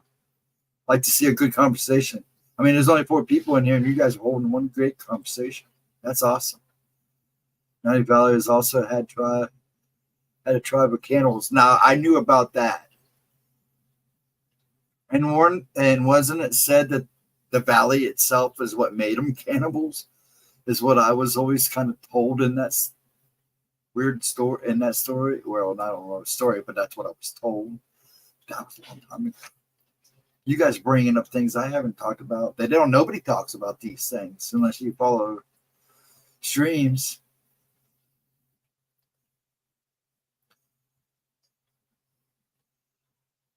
Yeah, Chris is in here. Helicopter pilots at Nahi won't even land because they get. Well, really? Wow. Now, I know some of the stories, but I didn't know it was that crazy. I knew it was crazy. I just didn't know really how bad. This sounds like a place I'd like to go check out. I'm not as scared. I mean, what happens, happens, but I want to know. We got a gnat in here. No pilots will take you there. You have to travel. Oh, you have to get in by a river? Really? Now, I've never seen the layout. I've seen pictures, but I've never seen the whole sprawl of the place. I apologize because I am missing a couple of teeth. That's all right, honey. I've been there and done that. Okay. You're fine, Jules. Sounds like a giant, Chris. Now, see, it wouldn't surprise me that there would be. I've seen some videos that I've checked out, and I really believe giants are coming back. They're coming out of hiding. There's Ginswag, Squaw, up in Nahi Valley Way. The Stonish giants, the Iquis won't set foot there any longer. Wow. I try not to butcher these names. The neighbors there got attacked so bad they moved the village twice in 100 years. Wow. Yep, by the river. And it's very isolated and big. Yeah, I knew it was very isolated. That must be why most of the stories I hear, they come in by river. I've read everything ever written on the place. Really? I'm going to go get me some books. I guess I got me some new reading. I didn't really read research stuff, but this has got me picked. Now, I've always known about the place. I've heard of the valley. I've seen documentaries, and I've actually heard stories of friends that have, been up, not in there, but close to there, and told how people wouldn't go there. And they say the hunting's unbelievable, but you don't come out. So they never, but that's just what I heard. No, I knew some weird stuff had gone there. And a lot of miners that went up there, looking for gold. See, that's the stories I hear. People going in and looking for gold and stuff. And hunters. A lot of miners that went up there were found with their heads missing. Some believe the Gwaji, the face eaters, are the responsible. Is that kind of like the same thing they have in South America? Because you say face eaters, and that's immediately what I think about, those aliens that they were down there attacking that village. You said that they were skinning their faces and stuff like that. It sounds awful. Sorry, YouTube. But it almost sounds kind of like the same thing to a degree. A friend of mine went up there and saw ravens that were over 4 feet tall. Really? Interesting. Now you really got now I got to go to 2 places. I got to go to Skinwalker once, and I got to go there. I'll never make it there, though. If it's that hard of a journey, I'd probably make it. I don't know how long I'd survive in there, but Oh no, the face eaters, the Gwaji are a type of big. Okay, that's what I thought you were. Emerald Bram baboon like face. Okay. I figured they were Bigfoot.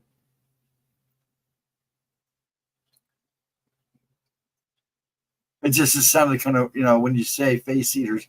Now they called the ones down in South America face peelers or whatever, face takers, something like that, where they skin the face. I don't know. It was weird, but you said that, and that was like immediately popped in my head. Yeah, but I figured you were talking like about Bigfoot or something. I'm trying to think how that stuff went down on some. Strange that there's talk of so many recent visits to the valley. It has a degree of limited access. Oh, so you have to get approval to go there, or something? Is it native land?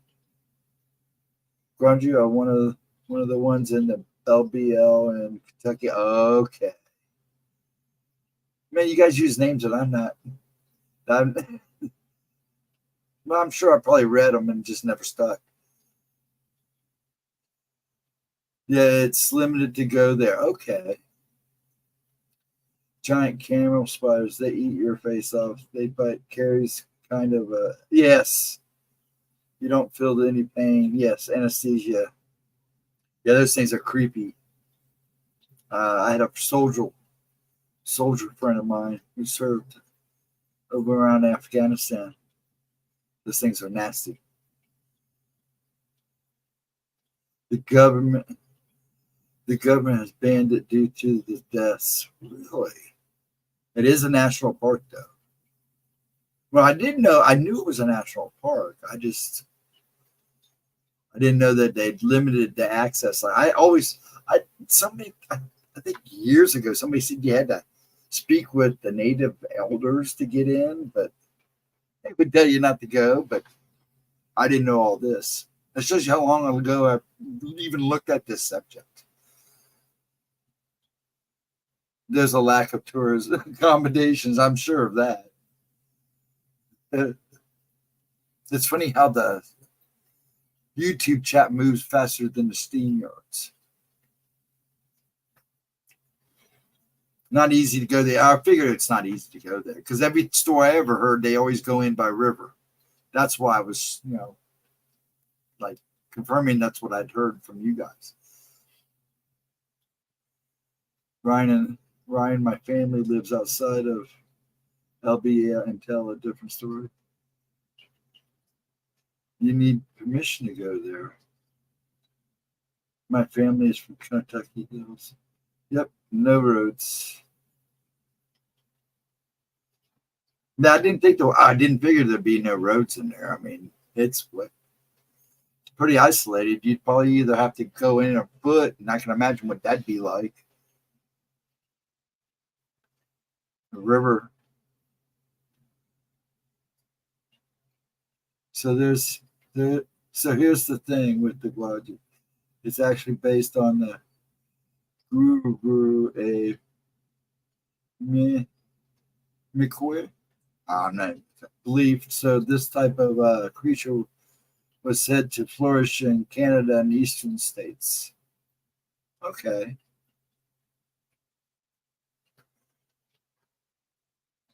Well, Ron, I'm glad you joined us because that was neat to talk about. You bring that up. It's sad that he went in and didn't come back out, but wow. What a way to come in. And I don't think I've ever heard anybody. I don't never met anybody who went there. I just heard stories. Did a little bit of research, and I'm talking a long time.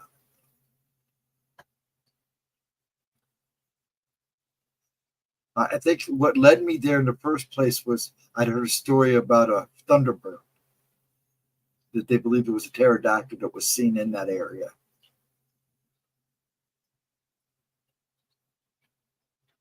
And that was back probably in late 80s. I'd heard this story.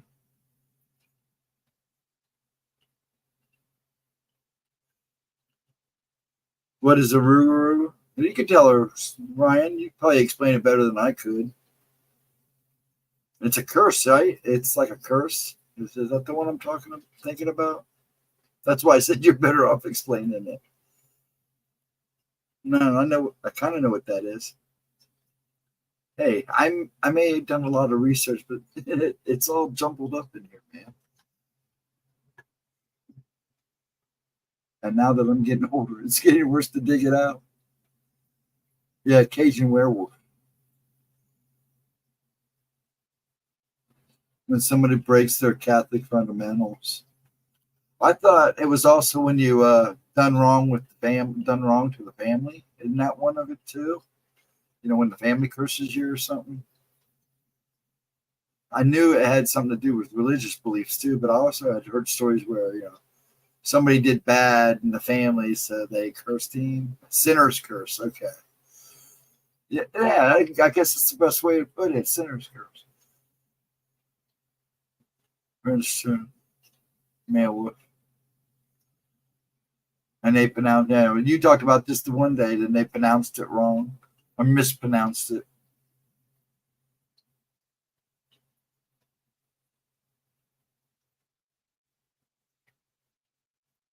All right, that's you want to take over for me, right? You got this, man. I'm still, after what now? 2 years, almost 2 years of streaming with Gemma. I still get nervous on here. That's why I haven't done. I was going to put 2 videos on Rumble, and I'm scared to death because I watch them and I criticize myself. Because you can see I tried to edit stuff because I got the twitching and stuff, and then I ended up recording it. It was just, but I haven't already. I just scared to release. It might not be too bad. I'll have to wait and see. Get my nerves going. I don't think I could really do this by myself. I enjoy doing it by myself on these nights, but I've gotten to be kind of like her, where it's nice to have Gemma around, close. So when I'm on here, I know she's sleeping now, but she didn't know she rewatches them.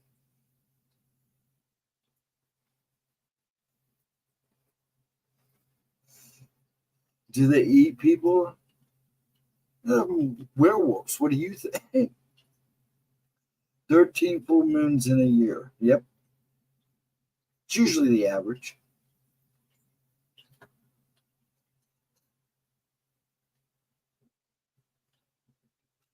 They try to consume someone, but they can also pass on the curse.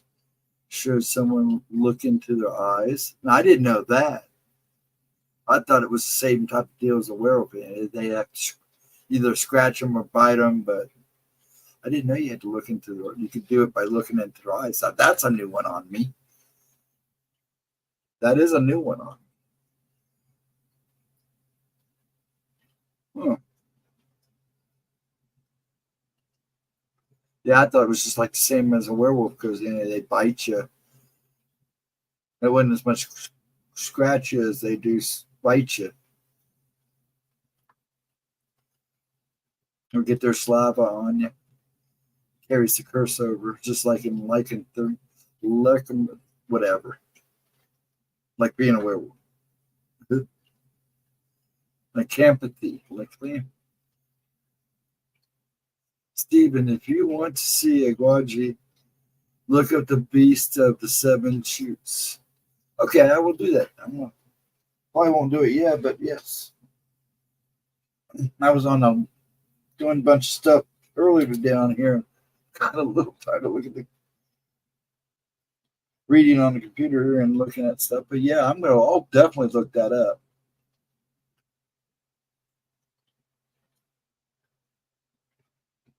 Beast of the Seven Shoots.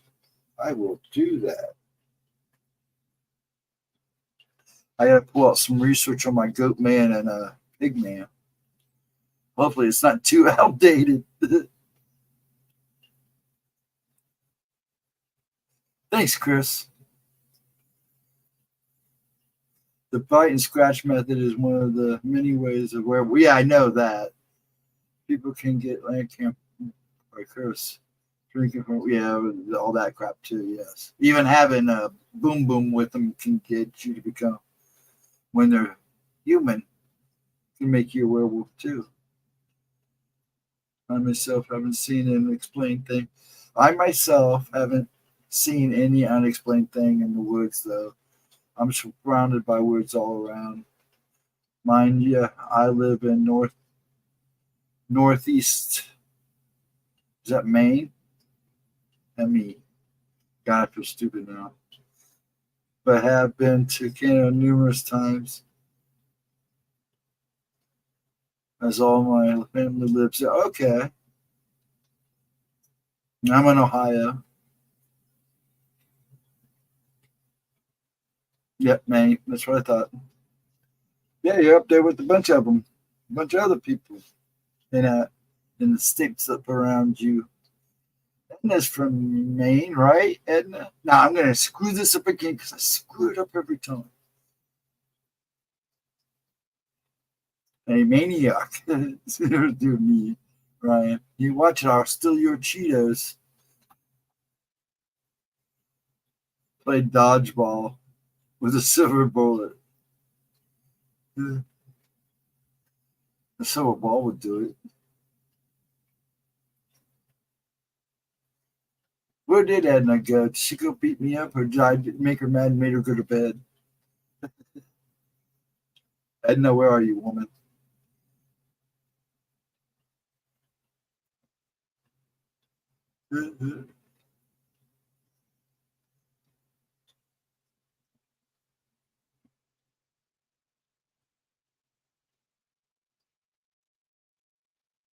Oh, I'm going back.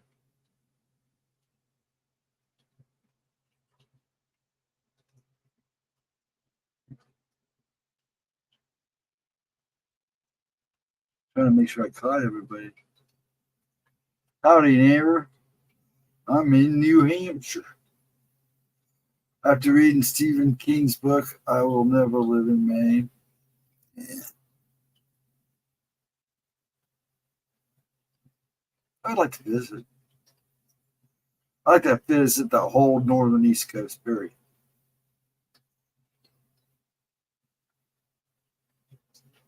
We vacationed in Canada every summer.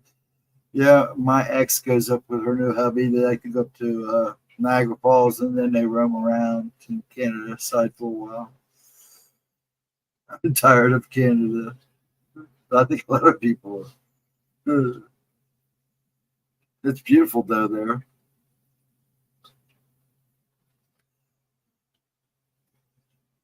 You know, not many people live here. Everybody has left for the big cities. I'm from Caribou. Caribou. I'll visit Maine, but the moment I see a red balloon, I swear I'm again nacho Cheetos. These my Cheetos, Ghosty. Well, you know, Ryan likes to hang out with Wendigos that eats Cheetos in the dark. So if anybody's stealing Cheetos, it's his pet Wendigo. We won't talk about Skinwalker. It does all kinds of weird stuff. I don't know how he keeps them around him. I guess they're his bodyguards. So when I try to steal the Cheetos, he sends them after me. That's good. A bad joke just gets worse and worse. I'm just going to shut up with that one now.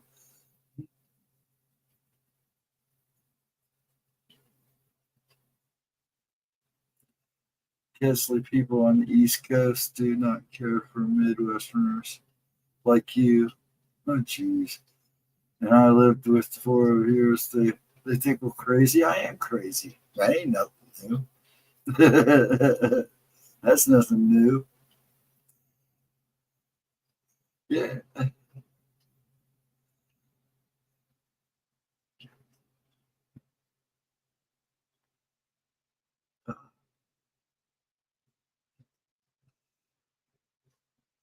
Well, now I don't know where you disappeared, dude, woman, but I hope you're sleeping, dear. Man, if I have a skinwalker bodyguard, somebody forget to tell me about it. I think you hang around with Wendigos, you probably have a skinwalker around somewhere too, since that's another thing you talk about all the time.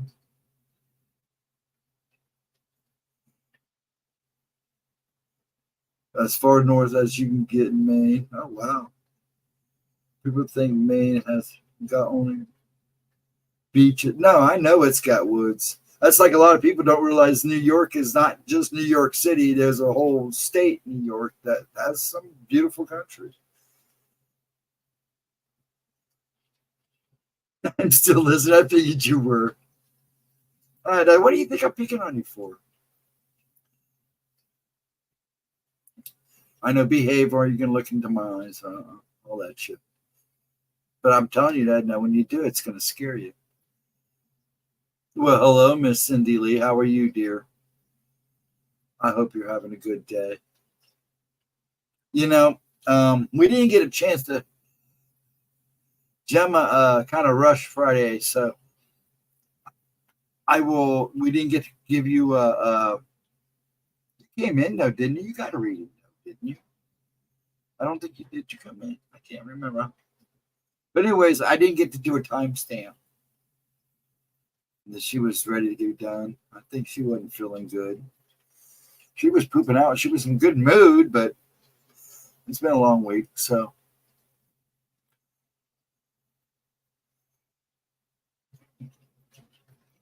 Caribou is good eating. No, there they are. I've had caribou. I can't even remember who I gave timestamps to. I'll have to look at my list. But I hope you're having a good day, Cindy. I hope it wasn't too crazy for you. Yeah, okay. I didn't think I saw you in there. In fact, I think she even asked about you.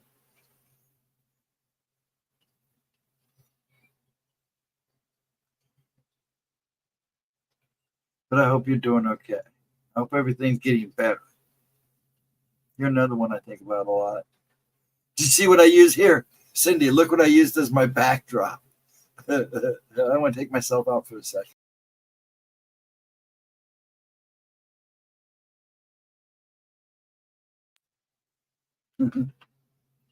I wanted to do something.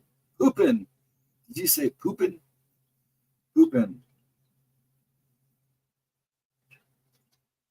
Yeah, I like that one.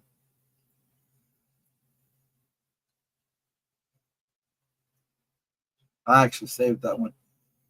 I'm going to get frames. I finally printed off my Godzilla and my, I think I got a guy making a frame for it.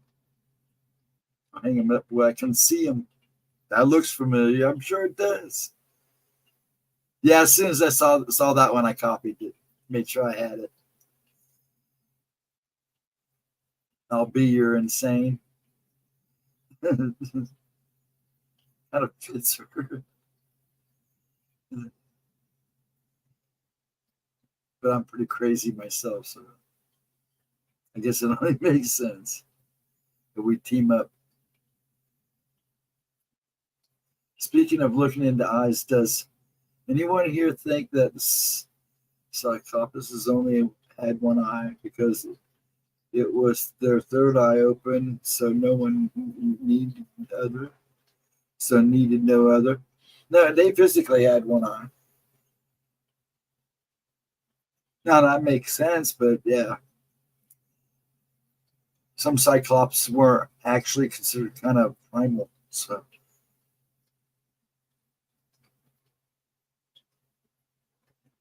But yeah, I couldn't resist. I was thinking, I'm tired of dragons. I'm tired of fantasy stuff. So I pulled that out and thought I'd use that as a good. Since it's Gemma's replays, I figured it'd be a good one to put up there.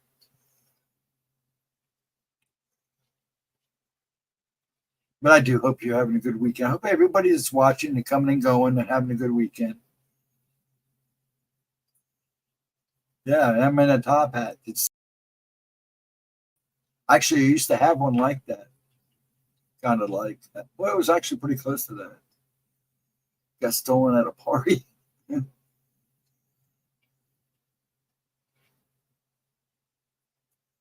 Crazy enough to have a good time. That's good. It's about having a good time. And I'm just watching chat. I like when you guys get to talking because then I feel just like a moderator. I'm just making sure everybody behaves. Hello, 8 people. Thank you for joining me tonight. I do appreciate it. Thank you for ghosting, stopping in. All I ask is hit the like button, if you would, please. I'd appreciate it. But yeah, I hope everybody's having a good night. For you folks coming and going in and out of chat, I hope you're having a wonderful night. Yeah, I saw that. I believe I gave you a little heart. So, well, my dad's birthday's, Pop's birthday's next month. I'm thinking, not sure. Does it fall?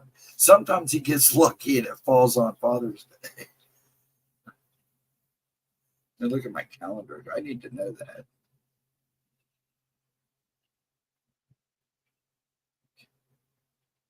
Nope. It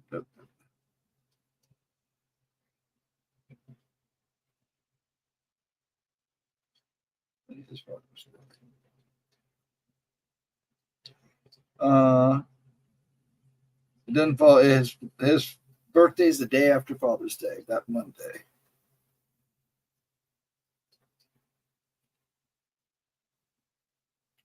And he gets lucky sometimes.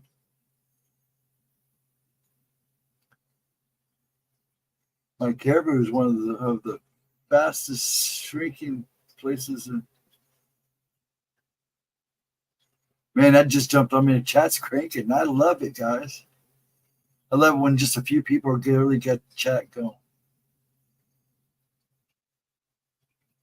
I just posted. Yeah, I saw that. I hit it on my way in. Thank you.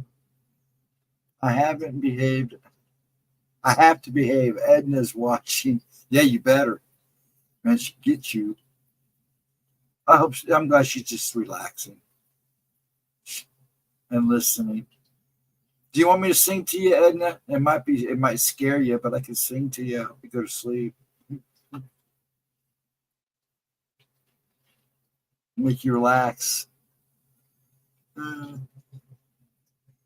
You best behave, Mike.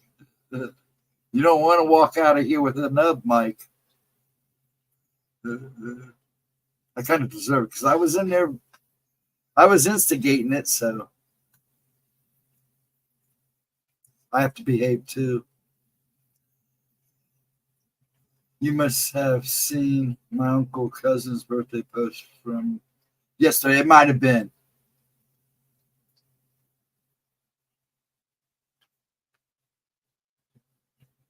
I just saw one of your posts. I love your posts. You always make it personal. I like that.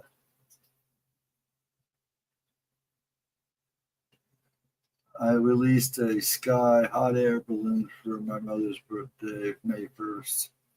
1 second here, folks.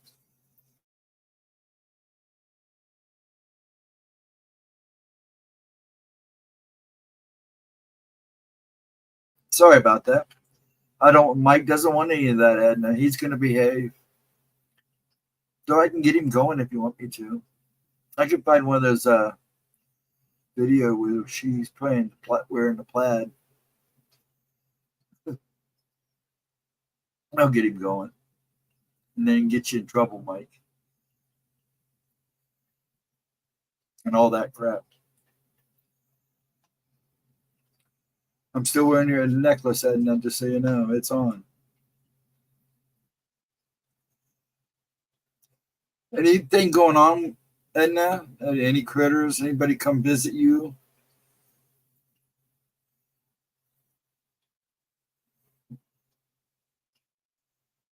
Now we know how to keep Mike in line.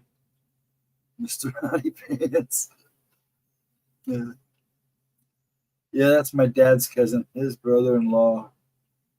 They're all 1 day apart. Oh, okay. All's quiet. That's good. Because I think something's coming for you. Not like in a bad way, but something's going to happen. I don't know why, but it's been awful quiet for you, hasn't it? and for the family. Nobody's had any problems, nothing that you've heard, because something.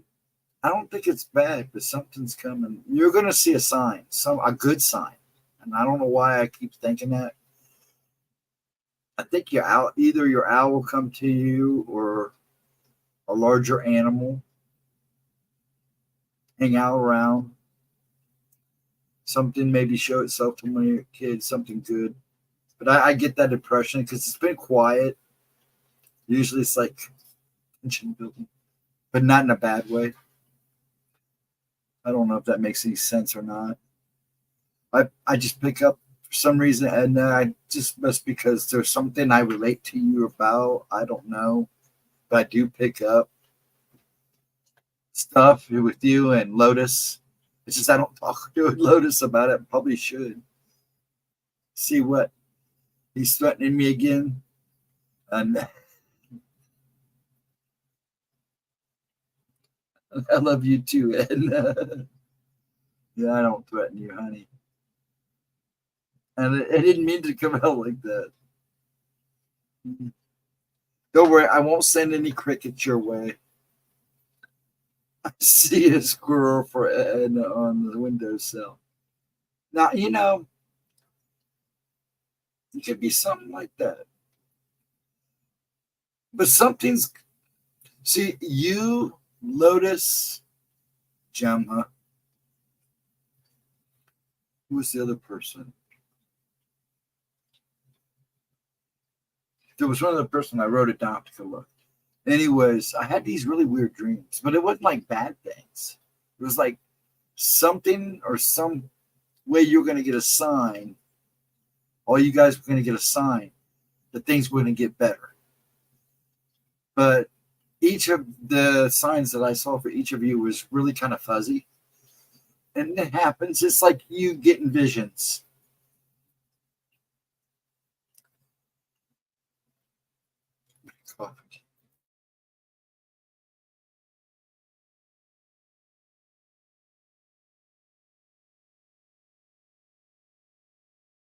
See, I know that, Edna.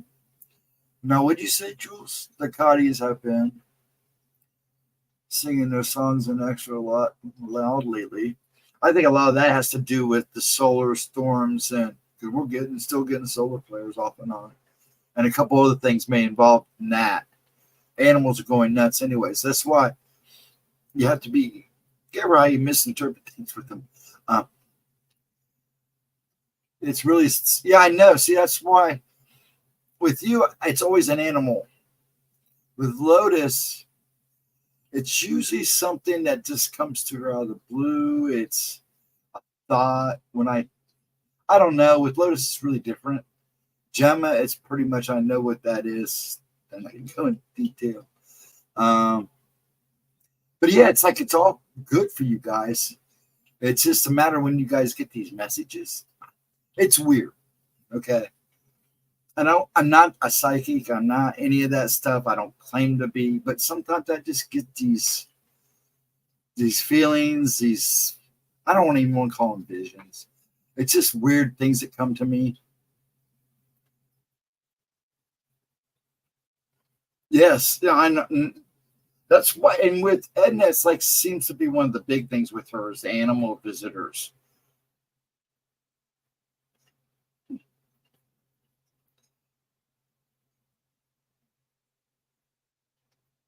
I'm going to start carrying. I'm working with an ill wisher, bad karma around him. Ooh, that sucks. I was always told if they come to you, they're sick, stay away. But it's always been different with you. Now there's occasions you have to be careful of that, but sometimes animals just know when there's a good person or somebody needs something. Or animals will often use as signs or ways to carry messages. So, just not owls. I just now learned that, what my animal sign is?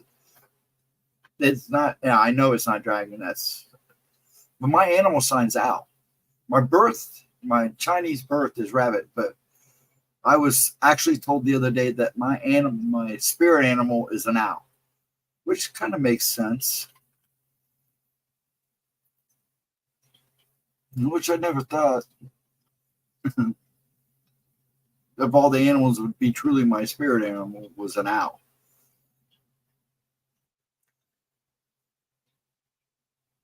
Maybe that's why I see owls with my cute. I don't want to get carried away because I don't stuff like this I talk about. I try to be careful what I talk about because it's just things that go through me. Sometimes I just don't even understand them myself. And like I said, I don't claim to be anything mystic or anything like that. If anything, I claim about the stuff I see. I'll vouch for all that. I'm living this face pretty much. You can see in this face that I've seen too much. In one way or another. Wait. Chat's flying. I'm missing stuff. I'm babbling. Baby squirrels run up humans. They do this. Scared me, the body heat. Yes, that is true. Between the coyotes and the fox, foxes are out too. I know. Yeah, okay, she's talking to Ryan. Talk to Texan. What kind of owl though, Ghost? Sometimes owls can represent different things. It just said owl. She just said I was an owl. That's my true spirit animal. It said something about knowledge. Gathering knowledge. I like to, gather knowledge. Though it never comes out. It also, when I was younger, I was able to get it out. But now it's somebody says, is this your lack of confidence? You got older and got a little unconfident. And it's like, nah, it's just I get in stream and it's like I get I got to be a little bit more right now. I still worry about freaking out on you people or having a bad twitch in the middle of you guys, so I still panic a little bit when I start getting the twitching. Now my Chinese zodiac, my Chinese zodiac is rabbit. I knew that for a while, but I had no idea that was my spirit animals an owl. Now she said something about gathering rhythm and knowledge and being one of wisdom and a gatherer of knowledge, a messenger. She says you break a lot of news. And she asked if I break news to people, and I said, yeah, I have a tendency to be the one who gets stuck to do that.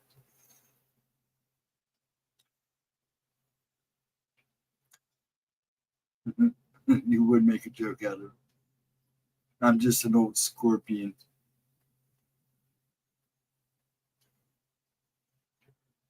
I don't like scorpions. They've always been kind of cool. Path Guardian Raven. You read her my Ryan. Too funny.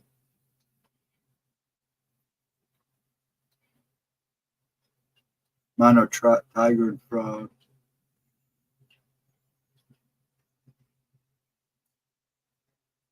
See, that's how you see it now. See, that's how I see it now too. Actually, I see when she told me, I told her, I'm surprised it's not like a salamander or a newt or toads or some kind of amphibian, because I love my amphibians. That's who I connect with. I mean, I can go look for salamanders. I can roll a log over instead of them taking off. They'll come right to my hand. I've had that happen a couple times. I just put my hands on it and it crawled right up. It was like, my dad was like, what the hell? Same thing with newts. They wouldn't run from me. Everybody else, they'd be chasing them.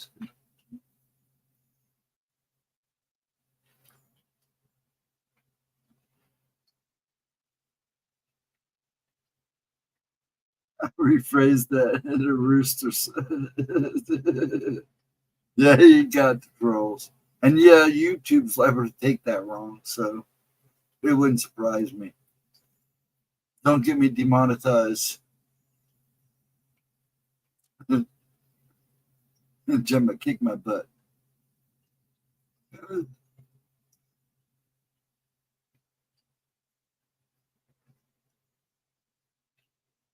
Mama Cena, I knew that you and I were connected more than just the level of loss. Yeah. The hawk is a messenger of the day. The owl is a messenger of the night. Yeah. That I didn't know. I always consider myself, if I'm going to be an owl, I'll probably be a screech owl. Just some little guy running around going, causing problems, hanging out in old trees. If you got demonetized, you'd have to deal with an angry. Yep, believe me, I don't want to be taking that. Actually, now when I got nailed for the showing the movie trailer, I had people told me I should have fought it because it's an old trailer. It's already been shown on YouTube 1,000 times that I shouldn't have been demonetized for it.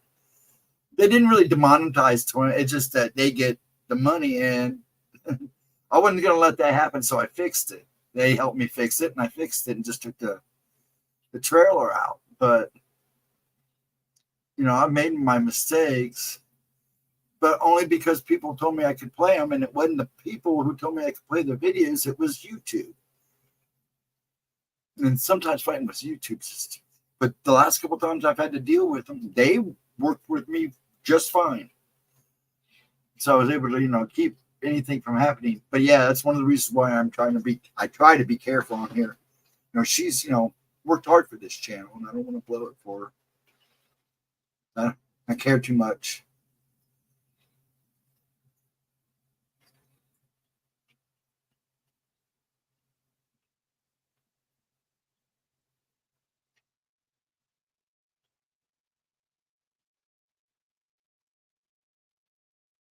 Yes, yeah. When Chris told me about Glenn, I was thinking of somebody totally different. And then when he said Steve Stockton, everybody's name, I'm like, oh, that's right. And then, but see, I really only talked to him in those days in those chats. I know he'd been in Gemma's streams a couple times in the past, but I never really talked to the guy, but I knew of him. I knew he was pretty regular, and everybody seemed to like him. I liked him when he was in back then. So, but it sucks when you lose people like that. I mean, but what do you do? Yes, I didn't know if you knew this, Vixen, but yeah, Glenn Danzig has moved on. The other night, Chris broke the news to me. Was it yesterday morning, Chris, when you gave me the news? If you're still here, yeah, wasn't it Friday morning? Yeah, he was a nice guy. Yeah, it was cancer. I believe it. Sometimes you get lucky with it, and sometimes you don't. Sometimes I wonder how I got lucky. I really do. I honestly, when I went through chemo and everything, I honestly times don't know how I'm still sitting here.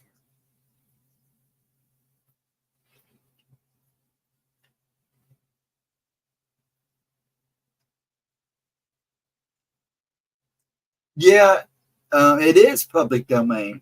Now, I do know that there are movies that I can watch on here. If we wanted to watch a movie, I can do it and not get in trouble for it because it is public domain.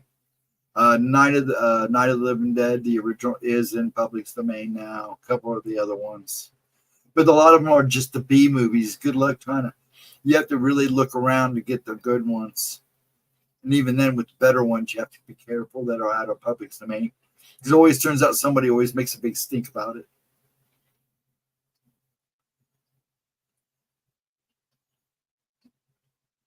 Yeah.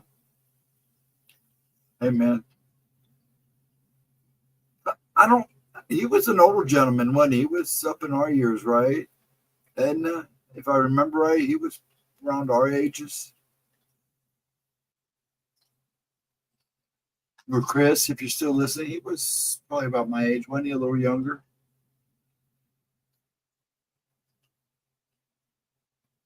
Yeah, it's sad, but I mean, what do you do?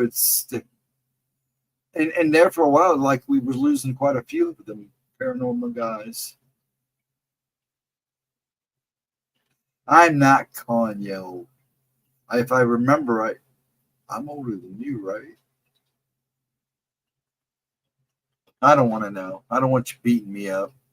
I don't want you accusing me of sicking killer crickets on people and giving you the plague. I want to be a nice guy. I'll be.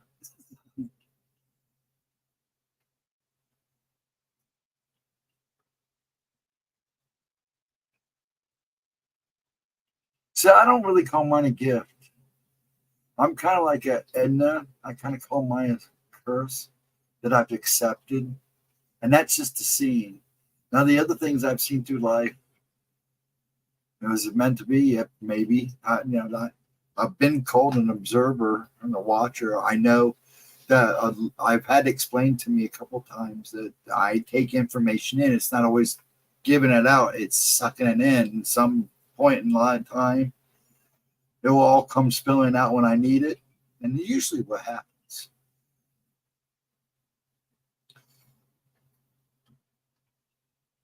Oh, yeah, that's right. You are older than me, aren't you? I got to be careful. I'm going to be 67, proud of it. I'm big 60. So I am younger than you. I always thought I was older than you. Wow. It's like a curse to me. It's like my curse, too. So don't feel bad. Dude. And then now you're not old. You're like one. Yep, she does. She does. Just like everybody else get finer and finer. Mr. Michael Haywood, how you doing, sir? I hope you are well. I hope everything's good.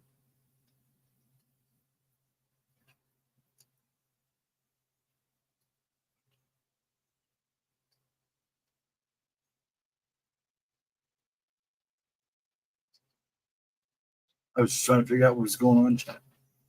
But I'm 55. Ghostly, you just called Edna. Oh, yeah, I did. She can beat me later. She knows I love her to death. I just did. I always thought it was the other way around. I just thought it was older than her. I swear I thought she said he was 56 or something like that. I just showed you. You should have left it at that. I should have left it at that. And then you can beat me up later. So, sir, Mr. Hayward, how are you doing tonight? Are you having a good night? Been hopping around the streams, checking everybody out? Only 43. You're just a young punk. Not ready for the pasture. I'm not either. Don't worry about it. I ain't going nowhere. God knows. The good Lord is, nah, it's not the good Lord, but the other things have tried to take me away. He's always on me, Cindy. No, that's not true, Cindy Lee. That's not true. She picks on me just as much as I pick on her. I had to start wearing glasses because of her, because she kept trying to get in my head to see what was going on up there. Yes. You guys are killing me.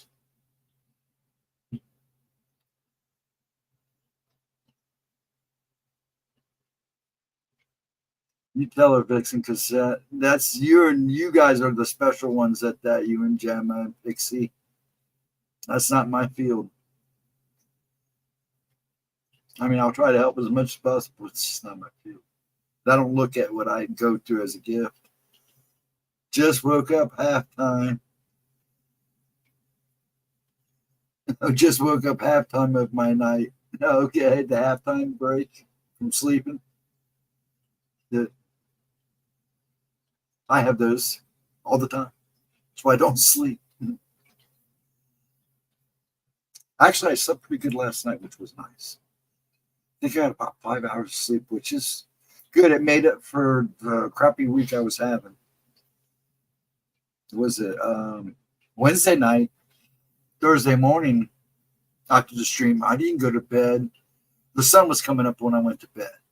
I think I slept about a half hour, 45 minutes before my body said, nope, you can't lay here. And that was rough just to get that in.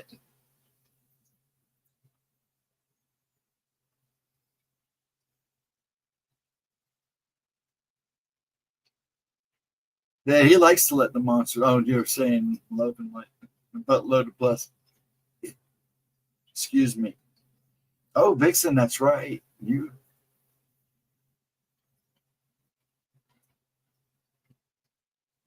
going to bed, Ryan? You can't go to bed. Yeah, you got to take doggy out and everything. Good night, sir. I will probably talk to you.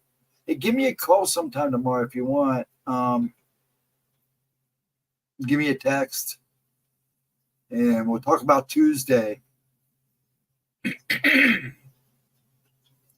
Okay? Have a wonderful night, Ryan. Have a good Sunday if I don't talk to you during the day sometime. Enjoy your day, man. And we'll see you on the flip side. She's still in my line.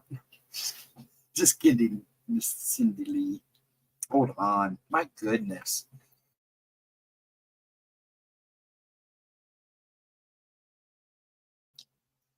Man, the cottonwood is starting already. And it tears me up every year, but it's going to be bad this year with all the rain. Okay, Grind. Yeah, have a good one. Give me a call toward the evening. Hopefully I get to talk to my daughter. I need to talk to her too. But yeah, give me a call. I should be around most of the day. I think he wants to do a quick run in the morning. And we'll get together and talk about Tuesday. Catch up. See how things are going with you, sir. But I love talking to you anyways. We could have probably talked a while. You had to shut me up that night. It was nice to talk to somebody, ramble with. Seems we a lot more alike than we think. Did I or did you steal mine? That could have been anywhere. You know, I've said that for a long time, and I heard another YouTuber use it. I'm like, hey, man, where did you steal my line from? But yeah, I've always said that. See, on the flip side, what was the other one? I used to say, see you on the other side of darkness, too. That was many moons ago. Everybody would go, what? See you on the other side of the darkness. Yeah. But yeah, I've always said, see you on the flip side. I've said that since I was a kid.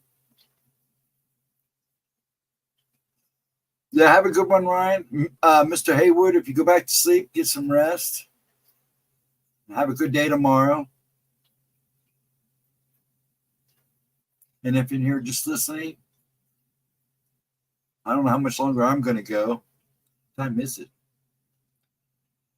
See, the only reason I go early is sometimes I know Edna needs to get a rest. So if I get off, she'll go to sleep. I'm picking.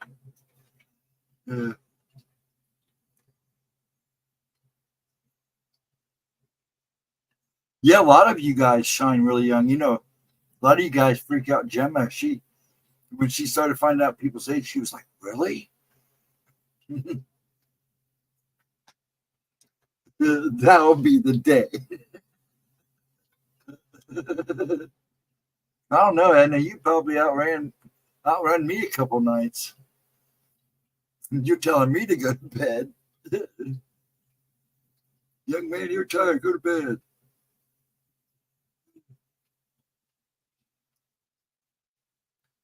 Got a lot of living to do. Yes, everybody does here. Things to do, things to see. That's what I always tell everybody. I've been sent back 5 times. There's got to be a reason why I'm here. The other side of darkness is light. Thank you, Mike. You caught on. You got that. Somebody actually got that. You're the only one. I say that off and on for years. You're the other one that caught it.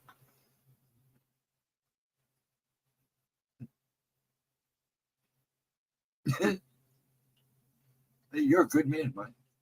You're on the ball. I fell asleep on Wednesday night and woke up with the phone call, with the phone next to me. And I've never done that. I said, I won't sleep with my phone. In fact, when I come home, I usually put my phone right over here, turn it up as loud as I can, unless I have to go outside and something and stick it in my pocket. And even then, I set it on a table where I can hear it. I'm always afraid I'm going to drop it and break it, especially when I'm working. Well, hello, Mr. AK. How are you doing, sir? What you got on the grill tonight, or anything? Or is it still crappy up in Alaska? It's crappy. Well, actually, it's been real nice here. Yeah, it's so true. And you're the only one that's ever caught it. You know how many times I've said that and people look at me really weird? On the Dark Side of the Moon, I used to sometimes. The Dark Side of the Moon. One of my favorite albums. That and The Wall. Go in the top 5. I'm a professional.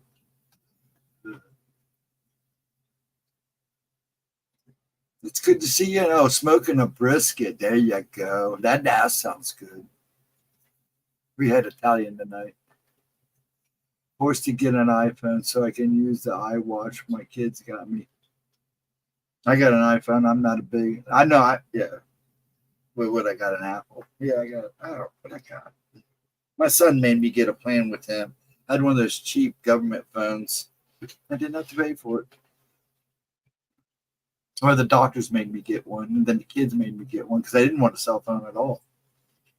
Out of my way, I wouldn't carry that thing. But now, and I only use Facebook on it. Now and then I'll watch YouTube on it.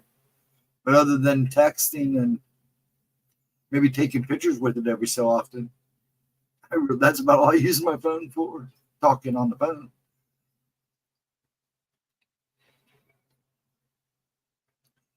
Hurts my feelings to spend that much on. Yeah, it does. It's stupid. And they just take your money. It's worse than everybody else. Good night, Cindy. You have a wonderful, or peace out. Yeah, peace out was one of my favorites too. I'm sorry, I thought you were saying good night, but yeah. I used to say peace out all the time too.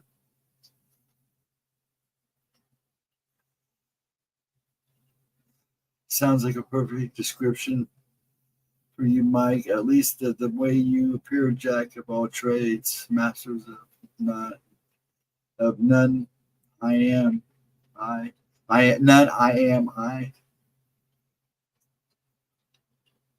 I don't respond to beeps and whistles. That's why mine's crickets. It was funny. I went to see Gemma the first time. Both our phones had crickets on them, so our phones would go up. We didn't know whose phone it was. And then my crickets back here, I hear them go down. I think it was my phone.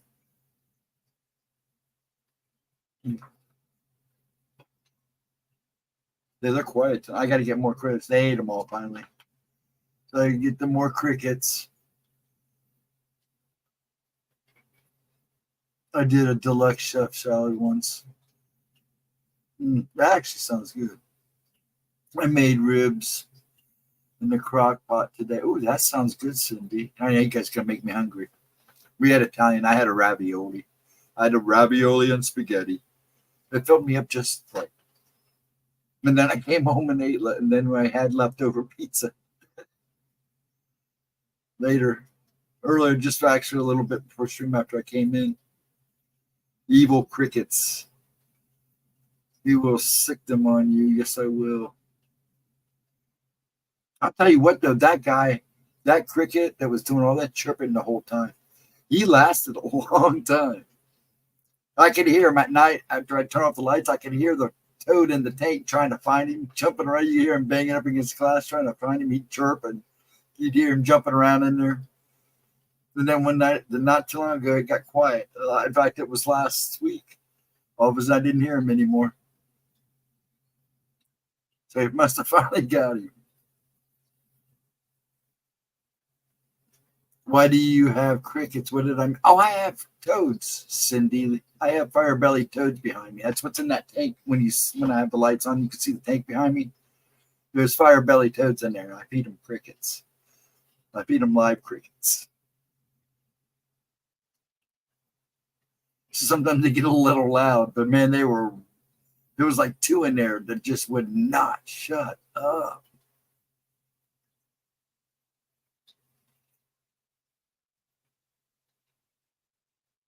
Can't believe how many have you passed the hearing test? He did last. He did last a long time. Yeah, he did. I think the dog ate mine. Yeah, Puff would probably eat him if he would have gotten him out. If mine would have gotten him out. Yeah, well, there was 2 of them in there originally. That's why they were so loud when you guys first started hearing them. There was 2 in there going. And they had both lasted a while. But the big one, that's the one that was really chirping. I don't know how he kept getting away from that toad, but man, he would not shut up. He just went on and on. And it's like he never took a break. Usually they get quiet when the toads are active. He didn't. He just kept going. But see, I love the sound of crickets, so it didn't really bother me. Yes, it's also luck. It's also considered luck. I didn't know that maybe you're feeding them to. I didn't know that maybe you were feeding them too much. Actually, what I do is I buy anywhere between 4 and 6 dozen crickets. And because the way I had the tank set up, I just dump the whole bag in there. And usually they eat them about 2 weeks. And I don't feed them, I feed them like 4 to 6 dozen. I just dump them in because it's done up like a crick bed so they can hide and they'll last a while. Usually they're just not that noisy. But, now that I think about it, they were loud the whole time until they started disappearing. And then I go a couple days. Sometimes I'll go like 3 or 4 days without feeding them. Because even when they're all gone, I'll let it go well because you don't want to overfeed them. But I also want to make sure that they can eat at their own leisure. I know a lot of people just like throw 1 or 2 crickets in at a time. But I have 3 in that tank. So it's just as easy to dump a bag. I've got nice little hiding places. And it makes it fun. It makes it more natural for everybody. So. And then, heck, I've had the toads for probably 6 years now. All 3 of them. I lost 1 because it got out. I had 4. But the little turd bucket got out on me. And I didn't know it. Because he liked to hide in the tank. He must have snuck out on me. Yeah, I love the sound of the crickets and tree frogs. We have them all. They've already started here. And I can lay here. If I turn everything off, I can hear them outside. And I love that sound. That's one of my nice, quiet, I can relax sounds. Everybody else say, oh, those things drive me nuts. It's like listening to rain on a tin roof. I could listen to rain on a tin roof all night. And I live by a railroad, so I'm also accustomed to trains. I don't mind sleeping to trains either. Some of the Eastern cultures keep crickets in their houses for good fortune. Yes, they do. Moon walks the stairs of Jules. Saw the funniest meme today. Boomers dancing in line dance. Oh, that'd been funny. What? Say what? Do what you looking at? Caption says boomers selling their house for $2 million. They bought it when they bought it for 5 raspberries. Man. I'll probably see that meme. It will show up here soon.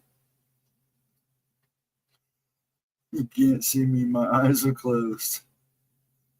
You guys are killing me. They say if you pull off their back legs, they can't chirp. No, yeah, that's what they use is their back legs to chirp. Actually, they use their wing. Some crickets use both their legs and their wings. Some just use their wings. But it is true, yes. Plus, it makes it kind of hard for them to get around. Because that's their strong legs. That's what they jump with. That's pretty mean. So if you're going to do that, make sure you have a little wheelchair for them, okay? It was the state that said they would need to track him down with their legs off. I'm glad everybody seems to be in a good mood. And everybody keep their prayer, keep a little thought, prayers, a little love and lights for Miss Smoochie. The hubby's still in the hospital. I guess he's having a rough time, so kind of keep her in your thoughts.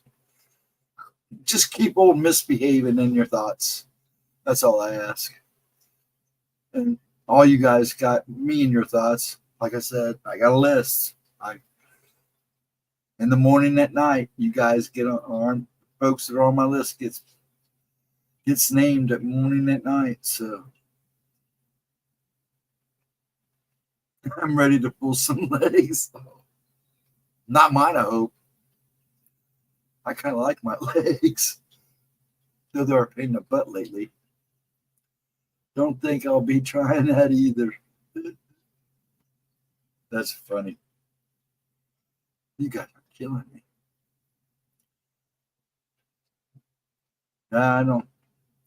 Well, the way Edna said that makes me think, we just gave her another way to get at us, Mike. So I don't want my legs pulled off.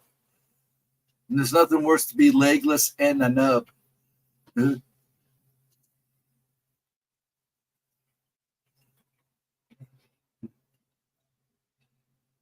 my jokes are flat today. I should have kept the jokes away tonight.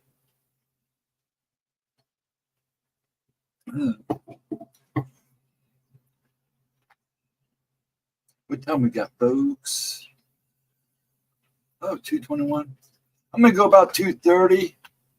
Here another 10 minutes, I'll call it. AK must be eating that brisket. Sound like good. That actually sounds awesome. Maybe I'll have to get a brisket. Yeah, I bet they are. The cardiologists are the worst. I'm going to tell you that right now. They are. So, and don't be afraid. And to snap back and say, hey, I'm not liking this. Yeah, I know you can't get into Jive Creations. I got to remember to reach out to her. Now, do you want the dragon hoodie, right? Yeah, it will. Don't go there. I guess she's only using the Facebook now, Edna. So, you want the dragon, right? Hoodie? What color do you want the hoodie? And do you want the Gem and Jade on the sleeve? Yeah, she doesn't do that. She's changing. She's she's still running the business. And she's still doing stuff. But she's focusing it looks like she's focusing. All I know is that she may be focusing or is focusing her attentions to another direction, a good direction. But anyways, purple. Okay. Yeah, now I'm pretty sure. What size?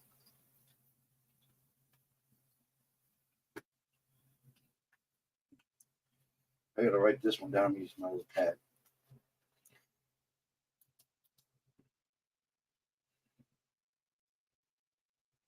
You want a dragon hoodie. And you want it purple, right?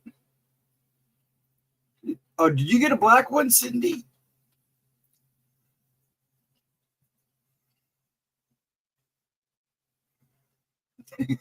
Yes, purple.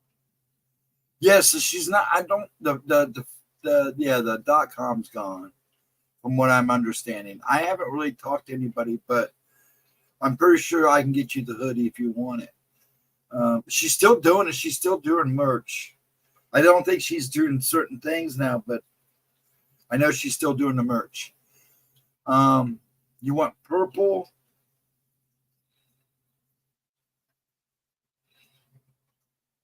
Large? Okay. Is that what you wear? Because I always tell people to get a size, but they're nice hoodies, so the large should be real good for you. Did you want the Gemma Jade on the sleeve? I had to ask for my Ghost Dragon and Gemma Jade. It usually it's just a dragon. If you just want the dragon, that's fine. But if you want the Gemma Jade channel thing on the YouTube, I can have that. No, I'm a small. Are you? If you're small, get a medium. If you plan on wearing it over, like clothes, I would get a large.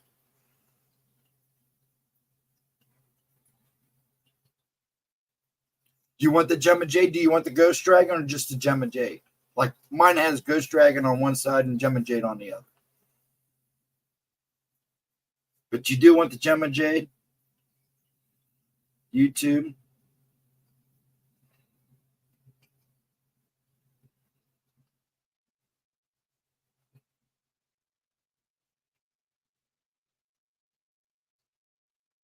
Night, Mike. You have a wonderful night. You going to bed? Well, good night, Mike. You have a good day tomorrow. Have a good Sunday. Hopefully I'll see you Monday or Tuesday. Be well, good man.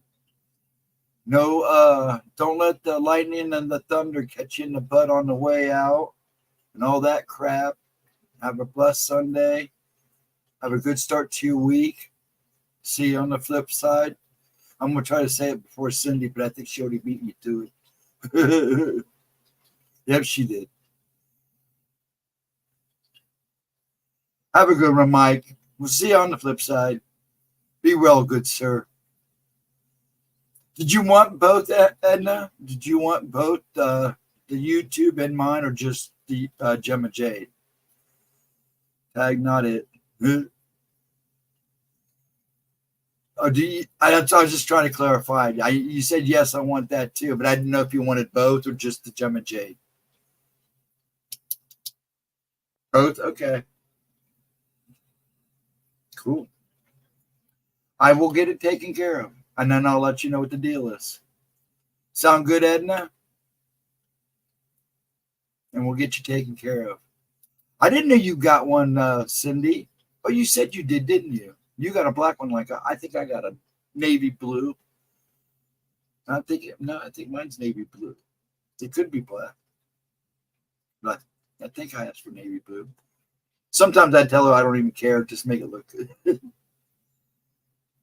But they're nice sweatshirts. Oh, they're warm and comfy. I like that one a lot. Good quality. Yeah. Yeah, we'll get you all taken care of, Edna.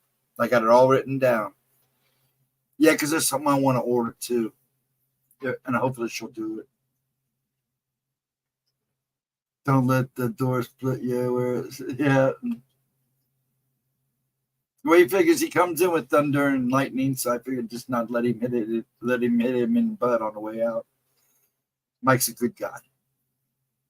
Everybody here, I love everybody in here. I think a lot of you guys. I'm slowly getting more and more comfortable. Maybe I'll be a little bit more relaxed when I decide to do what I want to do, if I decide to do what I want to do, because I never know what I'm going to do. With hop around it, kind of change, my plans change day to day.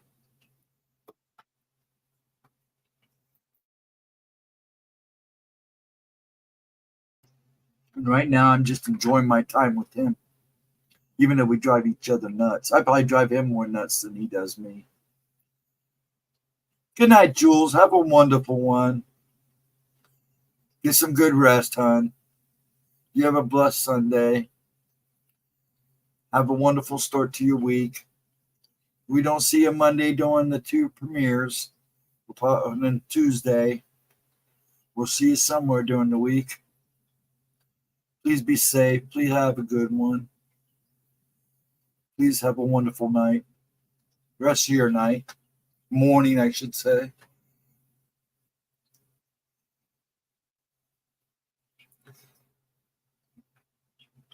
I'll have a smoke with you guys and have a coffin nail.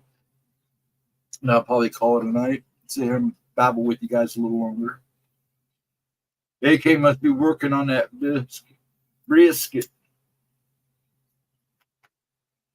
Giggity, giggity, giggity.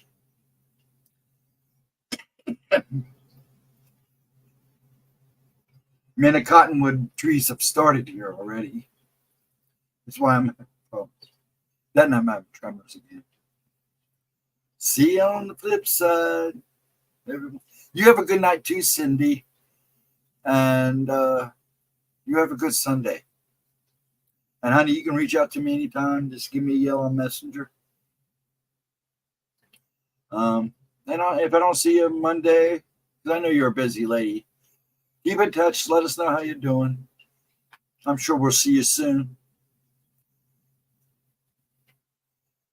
Be safe running around too.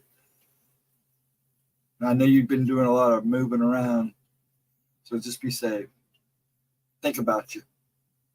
Well, hello there, Mr. Hilton. How you doing, sir? Yes, it's a good day for you, isn't it? Well, what is it, about morning?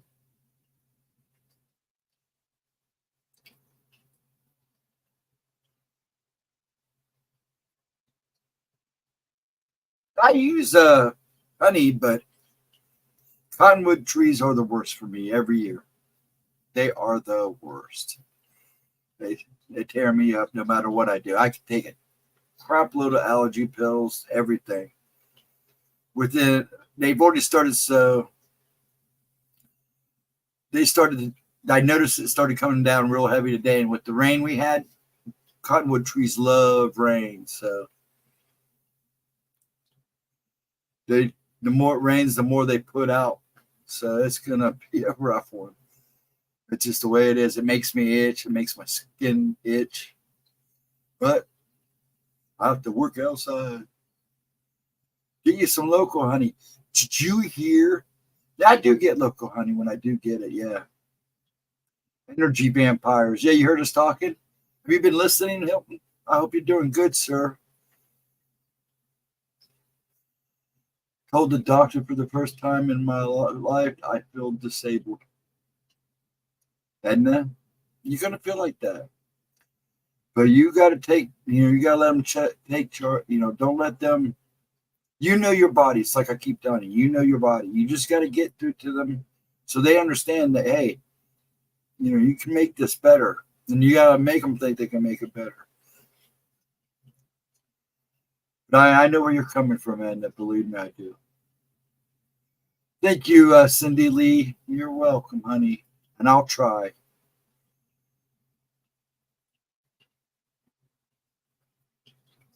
Yeah, but did you hear what they're doing? They're having them burn beehives now. They are actually going around and destroying people's beehives. Not the government is. And it's really messed up. So if you notice your price of your local honey going up, that's why. Yeah, I saw a news story the other day. They're going around making bee farmers destroy their hives and burning them. Now, I sat and watched a video of this guy and his daughter just crying. Everything.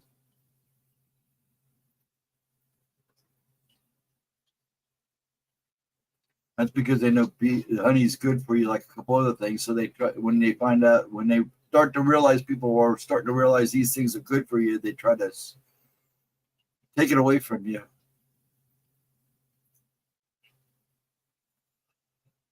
These meds are affecting my thyroid meds dangerously low now. Explains everything, but I had to prove it through blood test. Yeah, you will have to, but you have to prove it. Yeah, well, hopefully they'll fix that. I got to be honest with you, Ed. And it's like I said Friday night. I knew you weren't doing as good as you said you would, and I know you were having problems. That explains a lot. That explains a lot. Yes. I think you told me that once.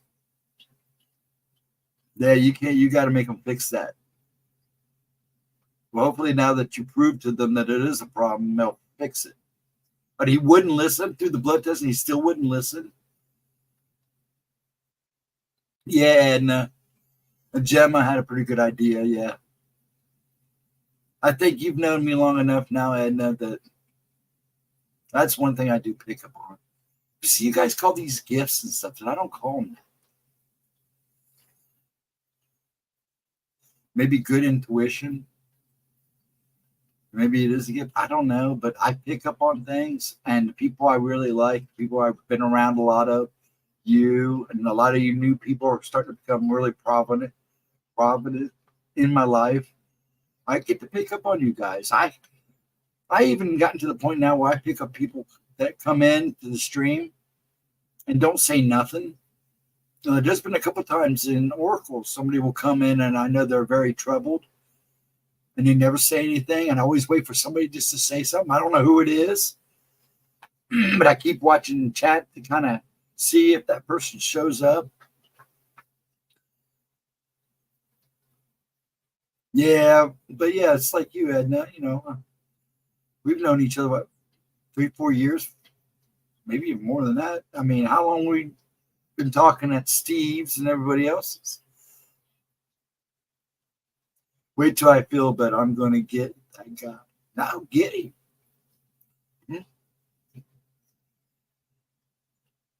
Yeah, these doctors sometimes, believe me, Edna, I've had my share of really crappy doctors. I had one doctor had me so screwed up. He was the one that put me on the Oxycontin. He had me screwed up for months. When I finally came to and realized this wasn't good and it was destroying everything around me. Yeah, I laid to him. I should have sued his butt. That's what I think too, because I'm just very aware of people. I can put things together. Yeah, see, that's another thing. That's a curse I don't like. I do call this a curse on this. I have an eye for detail. I have an eye to, I'm one of those guys that can see, even though I don't even have my glasses on, I can still see that tiny little spider crawling up the wall from a mile away. I'm that guy. I see that's the kind of details and the things I see and pick up on. And it drives me nuts. And it's just as bad with people. It's just I look at somebody, I instantly know things.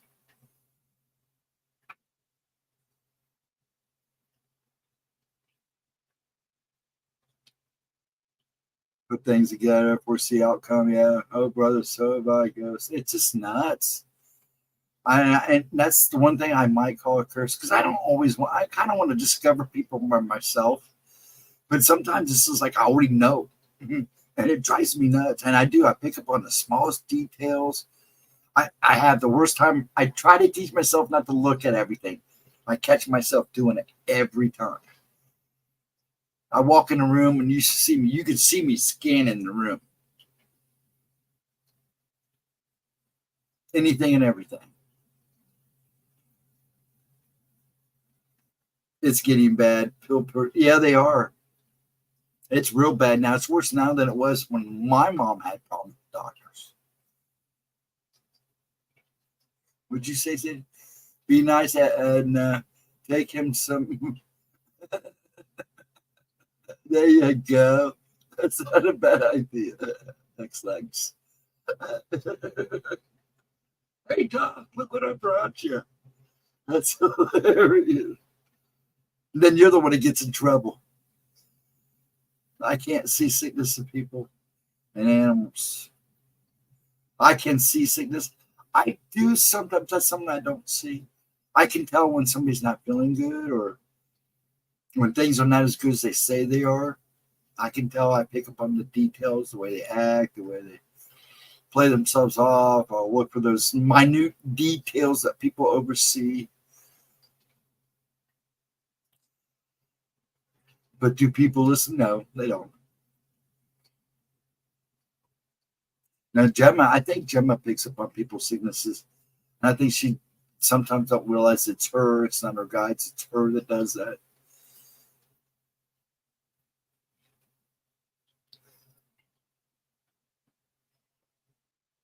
So there's a lot more to her than I think she realizes.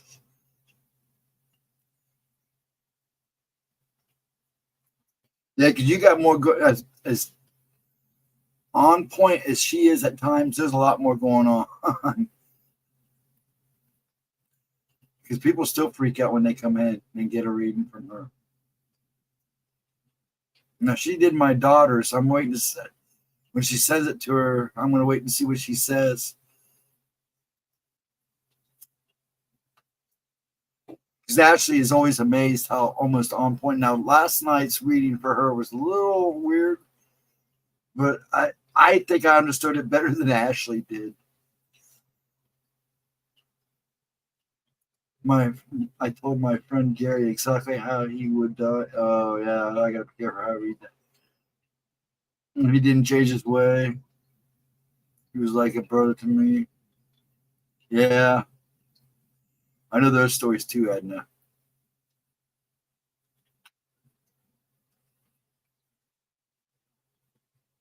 I really hate this commercials. Ask your doctor about such and such and such.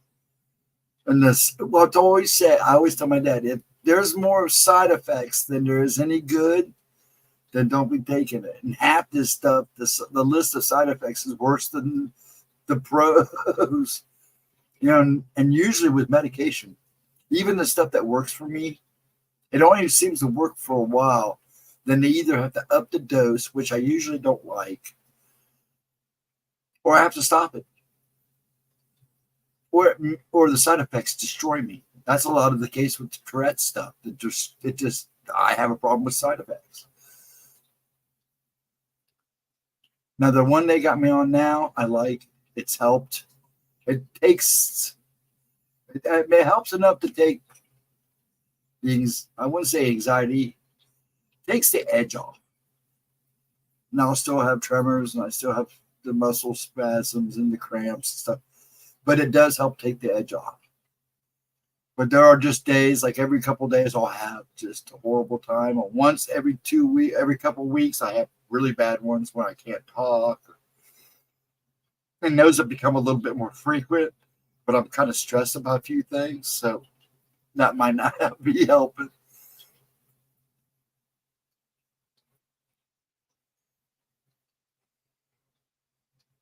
Then they give you meds for the side effect. Yeah, that's the whole key is they give you meds and then they give you meds for the side effects.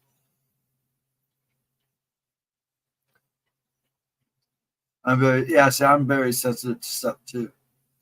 Open question. Do you think there is an end date to our current life? Does it matter what you do? Now, personally, I don't look at it that way. I don't think there's an end date. If you're talking about like your personal life, you as an individual, if there's an end date, that to me is all up to the higher power.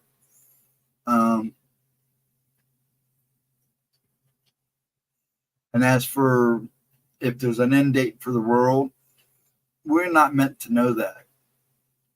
It could be tomorrow. It could be another 200 years. But as for our current life, no, I don't know if I can answer that really, to be honest with you. That's a very thought provoking. I guess I'd leave that to what you believe. I'd like to give you an answer for that one, but I really can't. Personally, I don't think so. You know, I've come back 5 times. So I really can't say that. I think you're around until you're not around anymore, until either your body gives out or you're called upon to be somewhere else.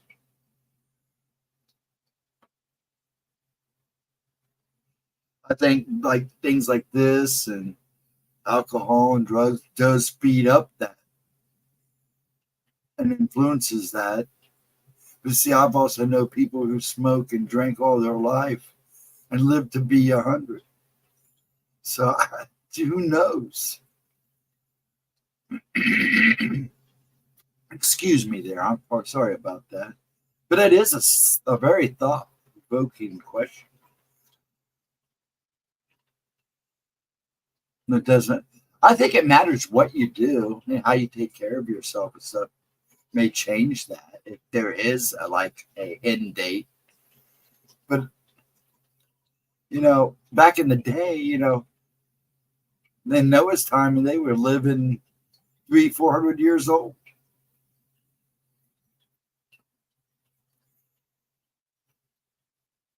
So I really don't have an answer to that question. That's why we live each day as our last. I usually try to I live by that. Yeah, because you never. That's why I say God willing. And when I say see on the flip side, God willing, because I don't know what tomorrow's going to bring. I honestly don't. You can do things like, Edna says, and like I said, you can speed up the process by doing dumb stuff. But yeah, I really can't answer that. So yeah, I usually try to live every day like it's a new day and a good day, and just pray that I wake up tomorrow morning. You got me thinking. Yeah, it does get you thinking. That was a very help. That's a good question. That's a good thought-provoking question to make people stop. What do I have in a day? Just focus on the present. No need to stay in the past. Yeah, exactly. Ron, exactly. Mr. Forrest, whatever you'd like me to call you. Yeah, totally. Yeah. But sometimes it's good to look at the past because you're supposed to learn from the past. It's not good to dwell on the past, but sometimes it's good to look back at the past to help you make decisions in the future. History is a repeating process. History does repeat itself, just as it does in our own lives. So something may come along in the future that something happened like that in the past, and you may learn from it and may help you with something in the future. So it's good to kind of look at the past, but you don't want to dwell in it. You don't want to stay in it. You don't want to live in it. So yes, it is important to focus on the present and kind of look forward to the future, even though if you don't know how long your future is going to be or what that future may entail to the next day or the day after that. But that's my opinion. Yep, learn from the past, but don't get stuck in it, because people do get stuck dwelling in the past, living in the past. One day at a time, one task at a time. Yep. We have a chance every morning we wake up to be a better person. Yep. And every day is a new day. Every day is a new way. And it is. People don't realize, you may live in a rut where you're doing the same things every day, but are you really? I mean, you think about it. Yeah, you're going to work, you're going to work. But is the day really the same? I mean, maybe it is for you or the next person, but even when I was in a tenuous job where it was the same thing every day, it always seemed different every day. Well, I always try to make it different too. I'm one of those.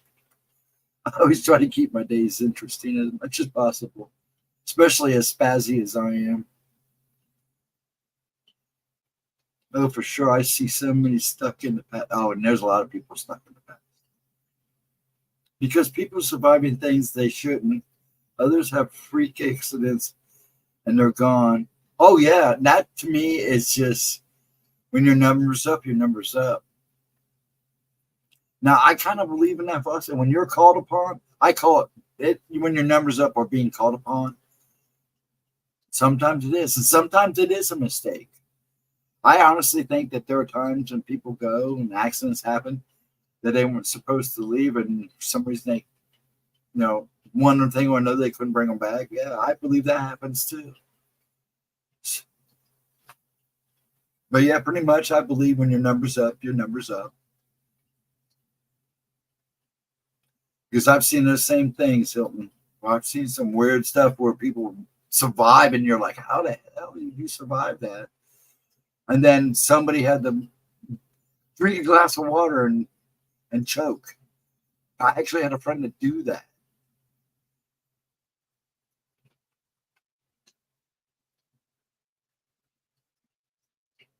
My best friend believed we could choose our life and how we die. There are people that do think that way. I don't know how to react to that. And I've told the same person I knew that thought that way. I didn't know what to say to him. If that's the way you want to live life, I guess until you find that that's not going to, especially the pass on part. I don't think any of us really know. I don't even think a person who could tell you that when you're going to die is really a thing that can be done.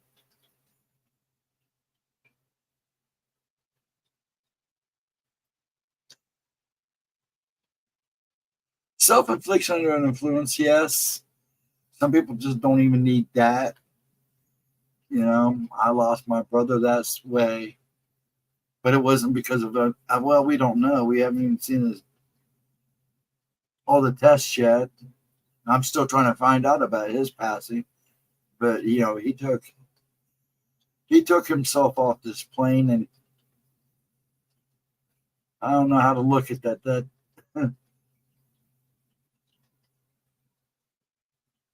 I'm gonna stop at that one because that one, the saying only the good die young, can certainly be true. Yes, it can be.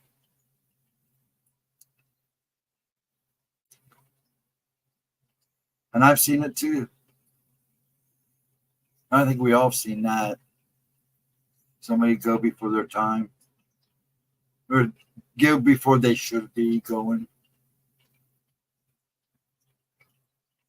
There's an Oriental school of thought that you only have so many heartbeats.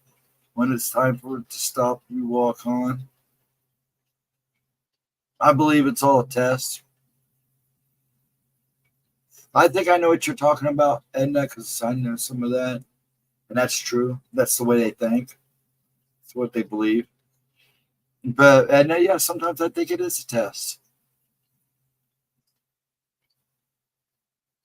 Not all the time, though. Well, actually, now that I think about it, life is a test. But see, life wasn't meant to be easy anyways. I mean, if you think about it, we're all born into suffering and pain. I mean, we got to make the best of it and do what's right. So yeah, I guess you would say it's a test in a way. I don't like looking at that because I suck at tests. So it seems quite common that people I know that go in their 20s fit a lot into their lives. Oh, when you're younger, seems like you have a lot more time. Yeah, I've noticed as I've gotten older, it seems like the days fly. When I was young, man, it felt like you had up until my 30s, even when I was having kids, even after we had kids, I felt like I had plenty of time in the day. Now I don't. And believe me, I'm go just as much as I was then.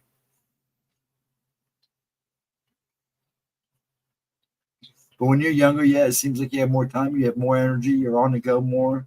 You're able to get more done. And how you react to certain situations. It's all about choices and the choices you choose. Yep.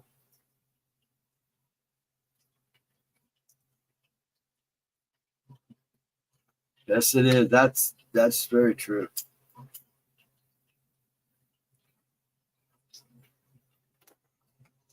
And react how you certain situations, same thing.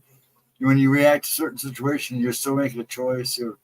You're making an action that you're determined the appropriate thing to do at that moment. No, sometimes it's not always a good choice, but at the time it may have sounded like a good choice. Because sometimes you don't get a time. Sometimes you don't get time to think things through. You have to react fast. So you hope you make the best choice.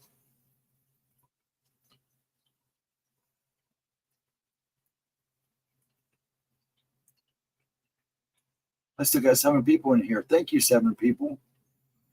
Also, I'm going to do this while I'm thinking about it. Here's the link to Gemma's new book for folks.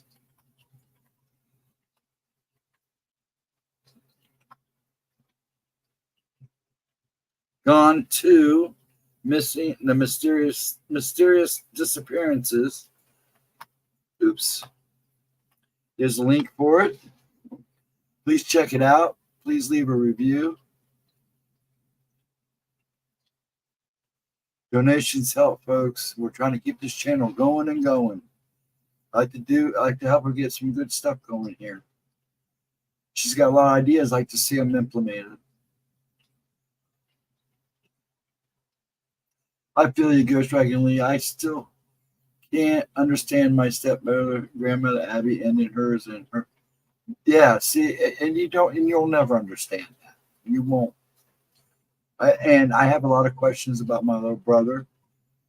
Some of them are not even related to why he did it. It's like there's some things that just don't add up. We never got his wallet. We never got his IDs. We don't know what happened to any of that stuff. Nobody's given us any answers. My brother called. They were like, "Oh, the case is closed." It's like, well, we understand that, but we want to know what happened to his stuff that he had in his apartment. What happened to his personal items, like his wallet and stuff? Where is that stuff at? It hasn't been sent to his family in Florida, so where's it at?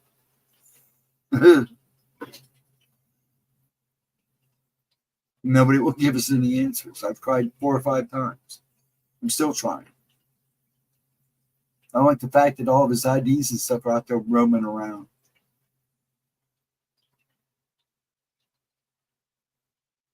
I believe there is an end date already planned. Living healthy doesn't make that's okay if you want to think that, and that's highly possible, because if you're a Christian, you believe God already knows what you're doing. He knows you before you were even born. So he knew you before you were conceived. So if he knew you then, of course he's going to know the layout of your life. So if you're a Christian, you would probably believe that. I kind of believe that he knows more than I do.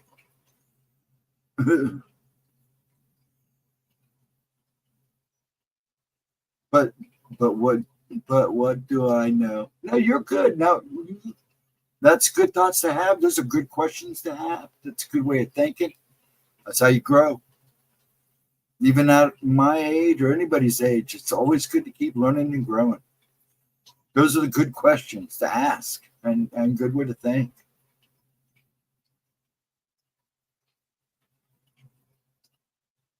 Yeah, and it's true that we'll never understand. Maybe just little bits. If you knew the person and all that, you might understand a little bit, but you'll never totally understand now. Believe me, I've tried.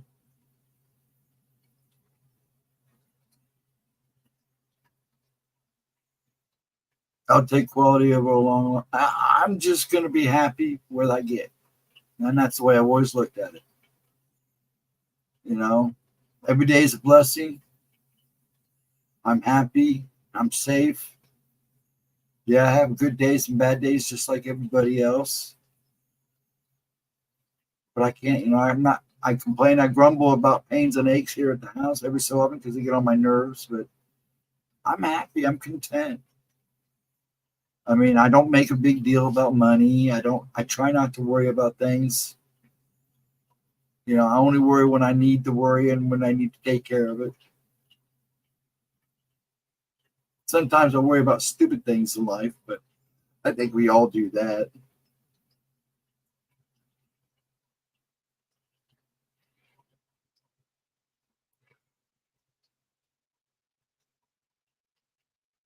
So that's rough. Now be careful.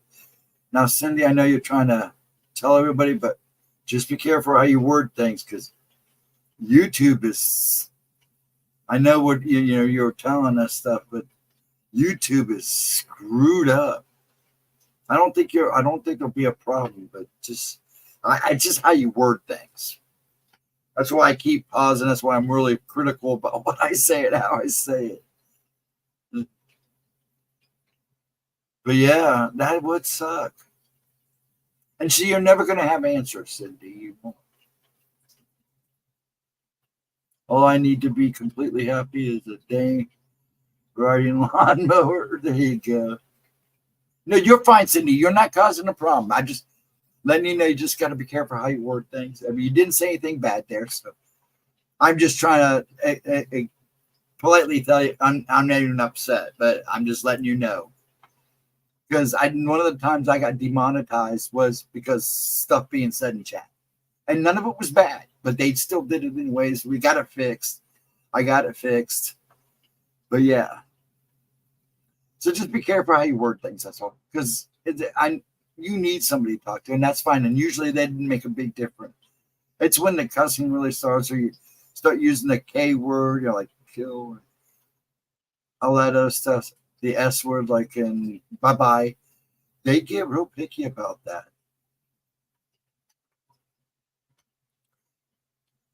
So you're good, Cindy. Don't worry about it. I just have to bring it up just in case they monitor it. Because a lot of times you'll watch chat, doesn't appear right when the replay's done. Sometimes you'll get chat right off with rip. Sometimes it'll be almost 24 hours before the chat will show up in the replay. And that's because they're checking the chat.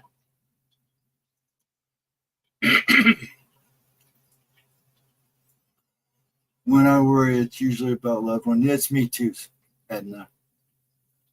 If I had a terminal illness, I'd go bear hunting without a weapon. Mm-hmm. Well, I thought I was going to make it a couple times. When I had the big C in the bones, I don't honestly know how I got to chemo. I don't know how. 5 times of coming back. That was not during that whole time did I ever come back. But there were times I wish I did because it sucked. I didn't want to be touched. It hurt to be touched. My hair was falling on my head. I felt like crap. I didn't want to be around anybody. Even the nurse. I felt bad for the nurse because I just didn't want anybody to touch me or it hurt. It was just horrible.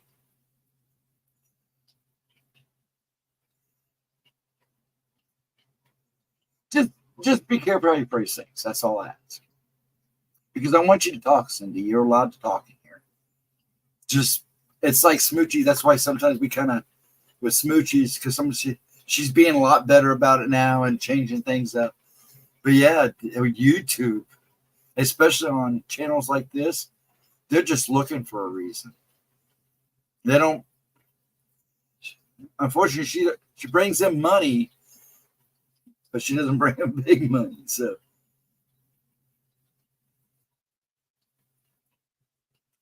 it's 3 a.m. now. So good night, sir. Yeah, we're getting ready to go here pretty soon too. We get to talking. Heck, Ron, we've been known to be here till 5 o'clock. One time, Edna was trying to wear me down. But yeah, you have a good night, sir. Thank you for joining us. And you have a wonderful Sunday. Have an enjoyable start to your week. I hope it goes well. Like I said, Gemma's here. Well, Gemma will be doing 2 premieres, uploads Monday. Both of them are listener encounters. Tuesday talk at 1. I'll be here up next midnight Wednesday, Pixie Thursday. Then Gemma for Oracles Friday night at 7:15. She's been starting early, so have a good one, Mr. Forrest. Please have a wonderful Sunday. And hopefully we'll see you on the flip side.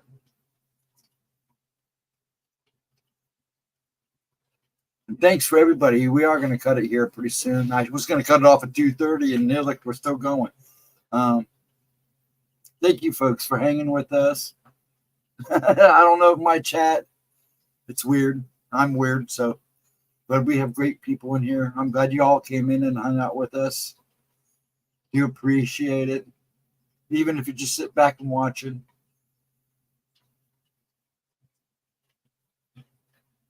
And like I said, you're always more than welcome to join in. Don't just sit back and relax. Some listen to in the background. I don't know why anybody would listen to me in the background, but I appreciate it. What time do we have? It really after? It's 3 after. It's 4 after 3. And now I got to go to bed. Is that okay? I'm not really going to go to bed. I'll probably pace the house for a half hour, 2 hours. But let's call it tonight, guys. Thank you so much for hanging with me. Thanks for waking me up, guys. Calling my name 3 times. I do it as a joke, but it never fails about the 4th time. One time I didn't even make it 2 times and you showed up. I'm glad you got up, but I'm also want you to rest, young lady. Please get some rest. All you folks get some good rest. Hilton, I know it's pretty much daytime for you, right? It's worth the pain. Yes, it's always worth the pain. Yeah, everybody in my life is always worth the pain. Always. And that includes all the people here. You guys have a wonderful night. Please rest. Stay safe. Have a wonderful Sunday and the beginning of the week. And I hope I see you guys at least at 11 o'clock for her first premiere, noon. And please go check out our book. Donations do help. So please, if you got a couple extra bucks, we appreciate it. I'm a promo guy, so I'm going to push it. Enjoy your brisket, AK, and have a good day. Good day, night. It's too early there for you, so please, you folks, have a wonderful, wonderful night. See, now I'm getting slap happy. Have a wonderful night. Have a wonderful day tomorrow. Yeah, I'll try to get some rest tonight. I did pretty good yesterday, so even though it was a good solid though. So I can't complain. Even if I go 1,000 miles in my sleep, I got some sleep. What happened? You don't want to know, Hilton. You don't want to know what happens now. You'll find out, Hilton. Oh, no. Folks, you have a wonderful night. I'm going to call it. I love you guys all. Thanks for hanging out with me. And I'll probably leave a comment tomorrow. Usually I try to leave one after the stream, but I got to get up and move around and see if I can get this body to chill. Much love. See you guys on the flip side. Have a wonderful Sunday.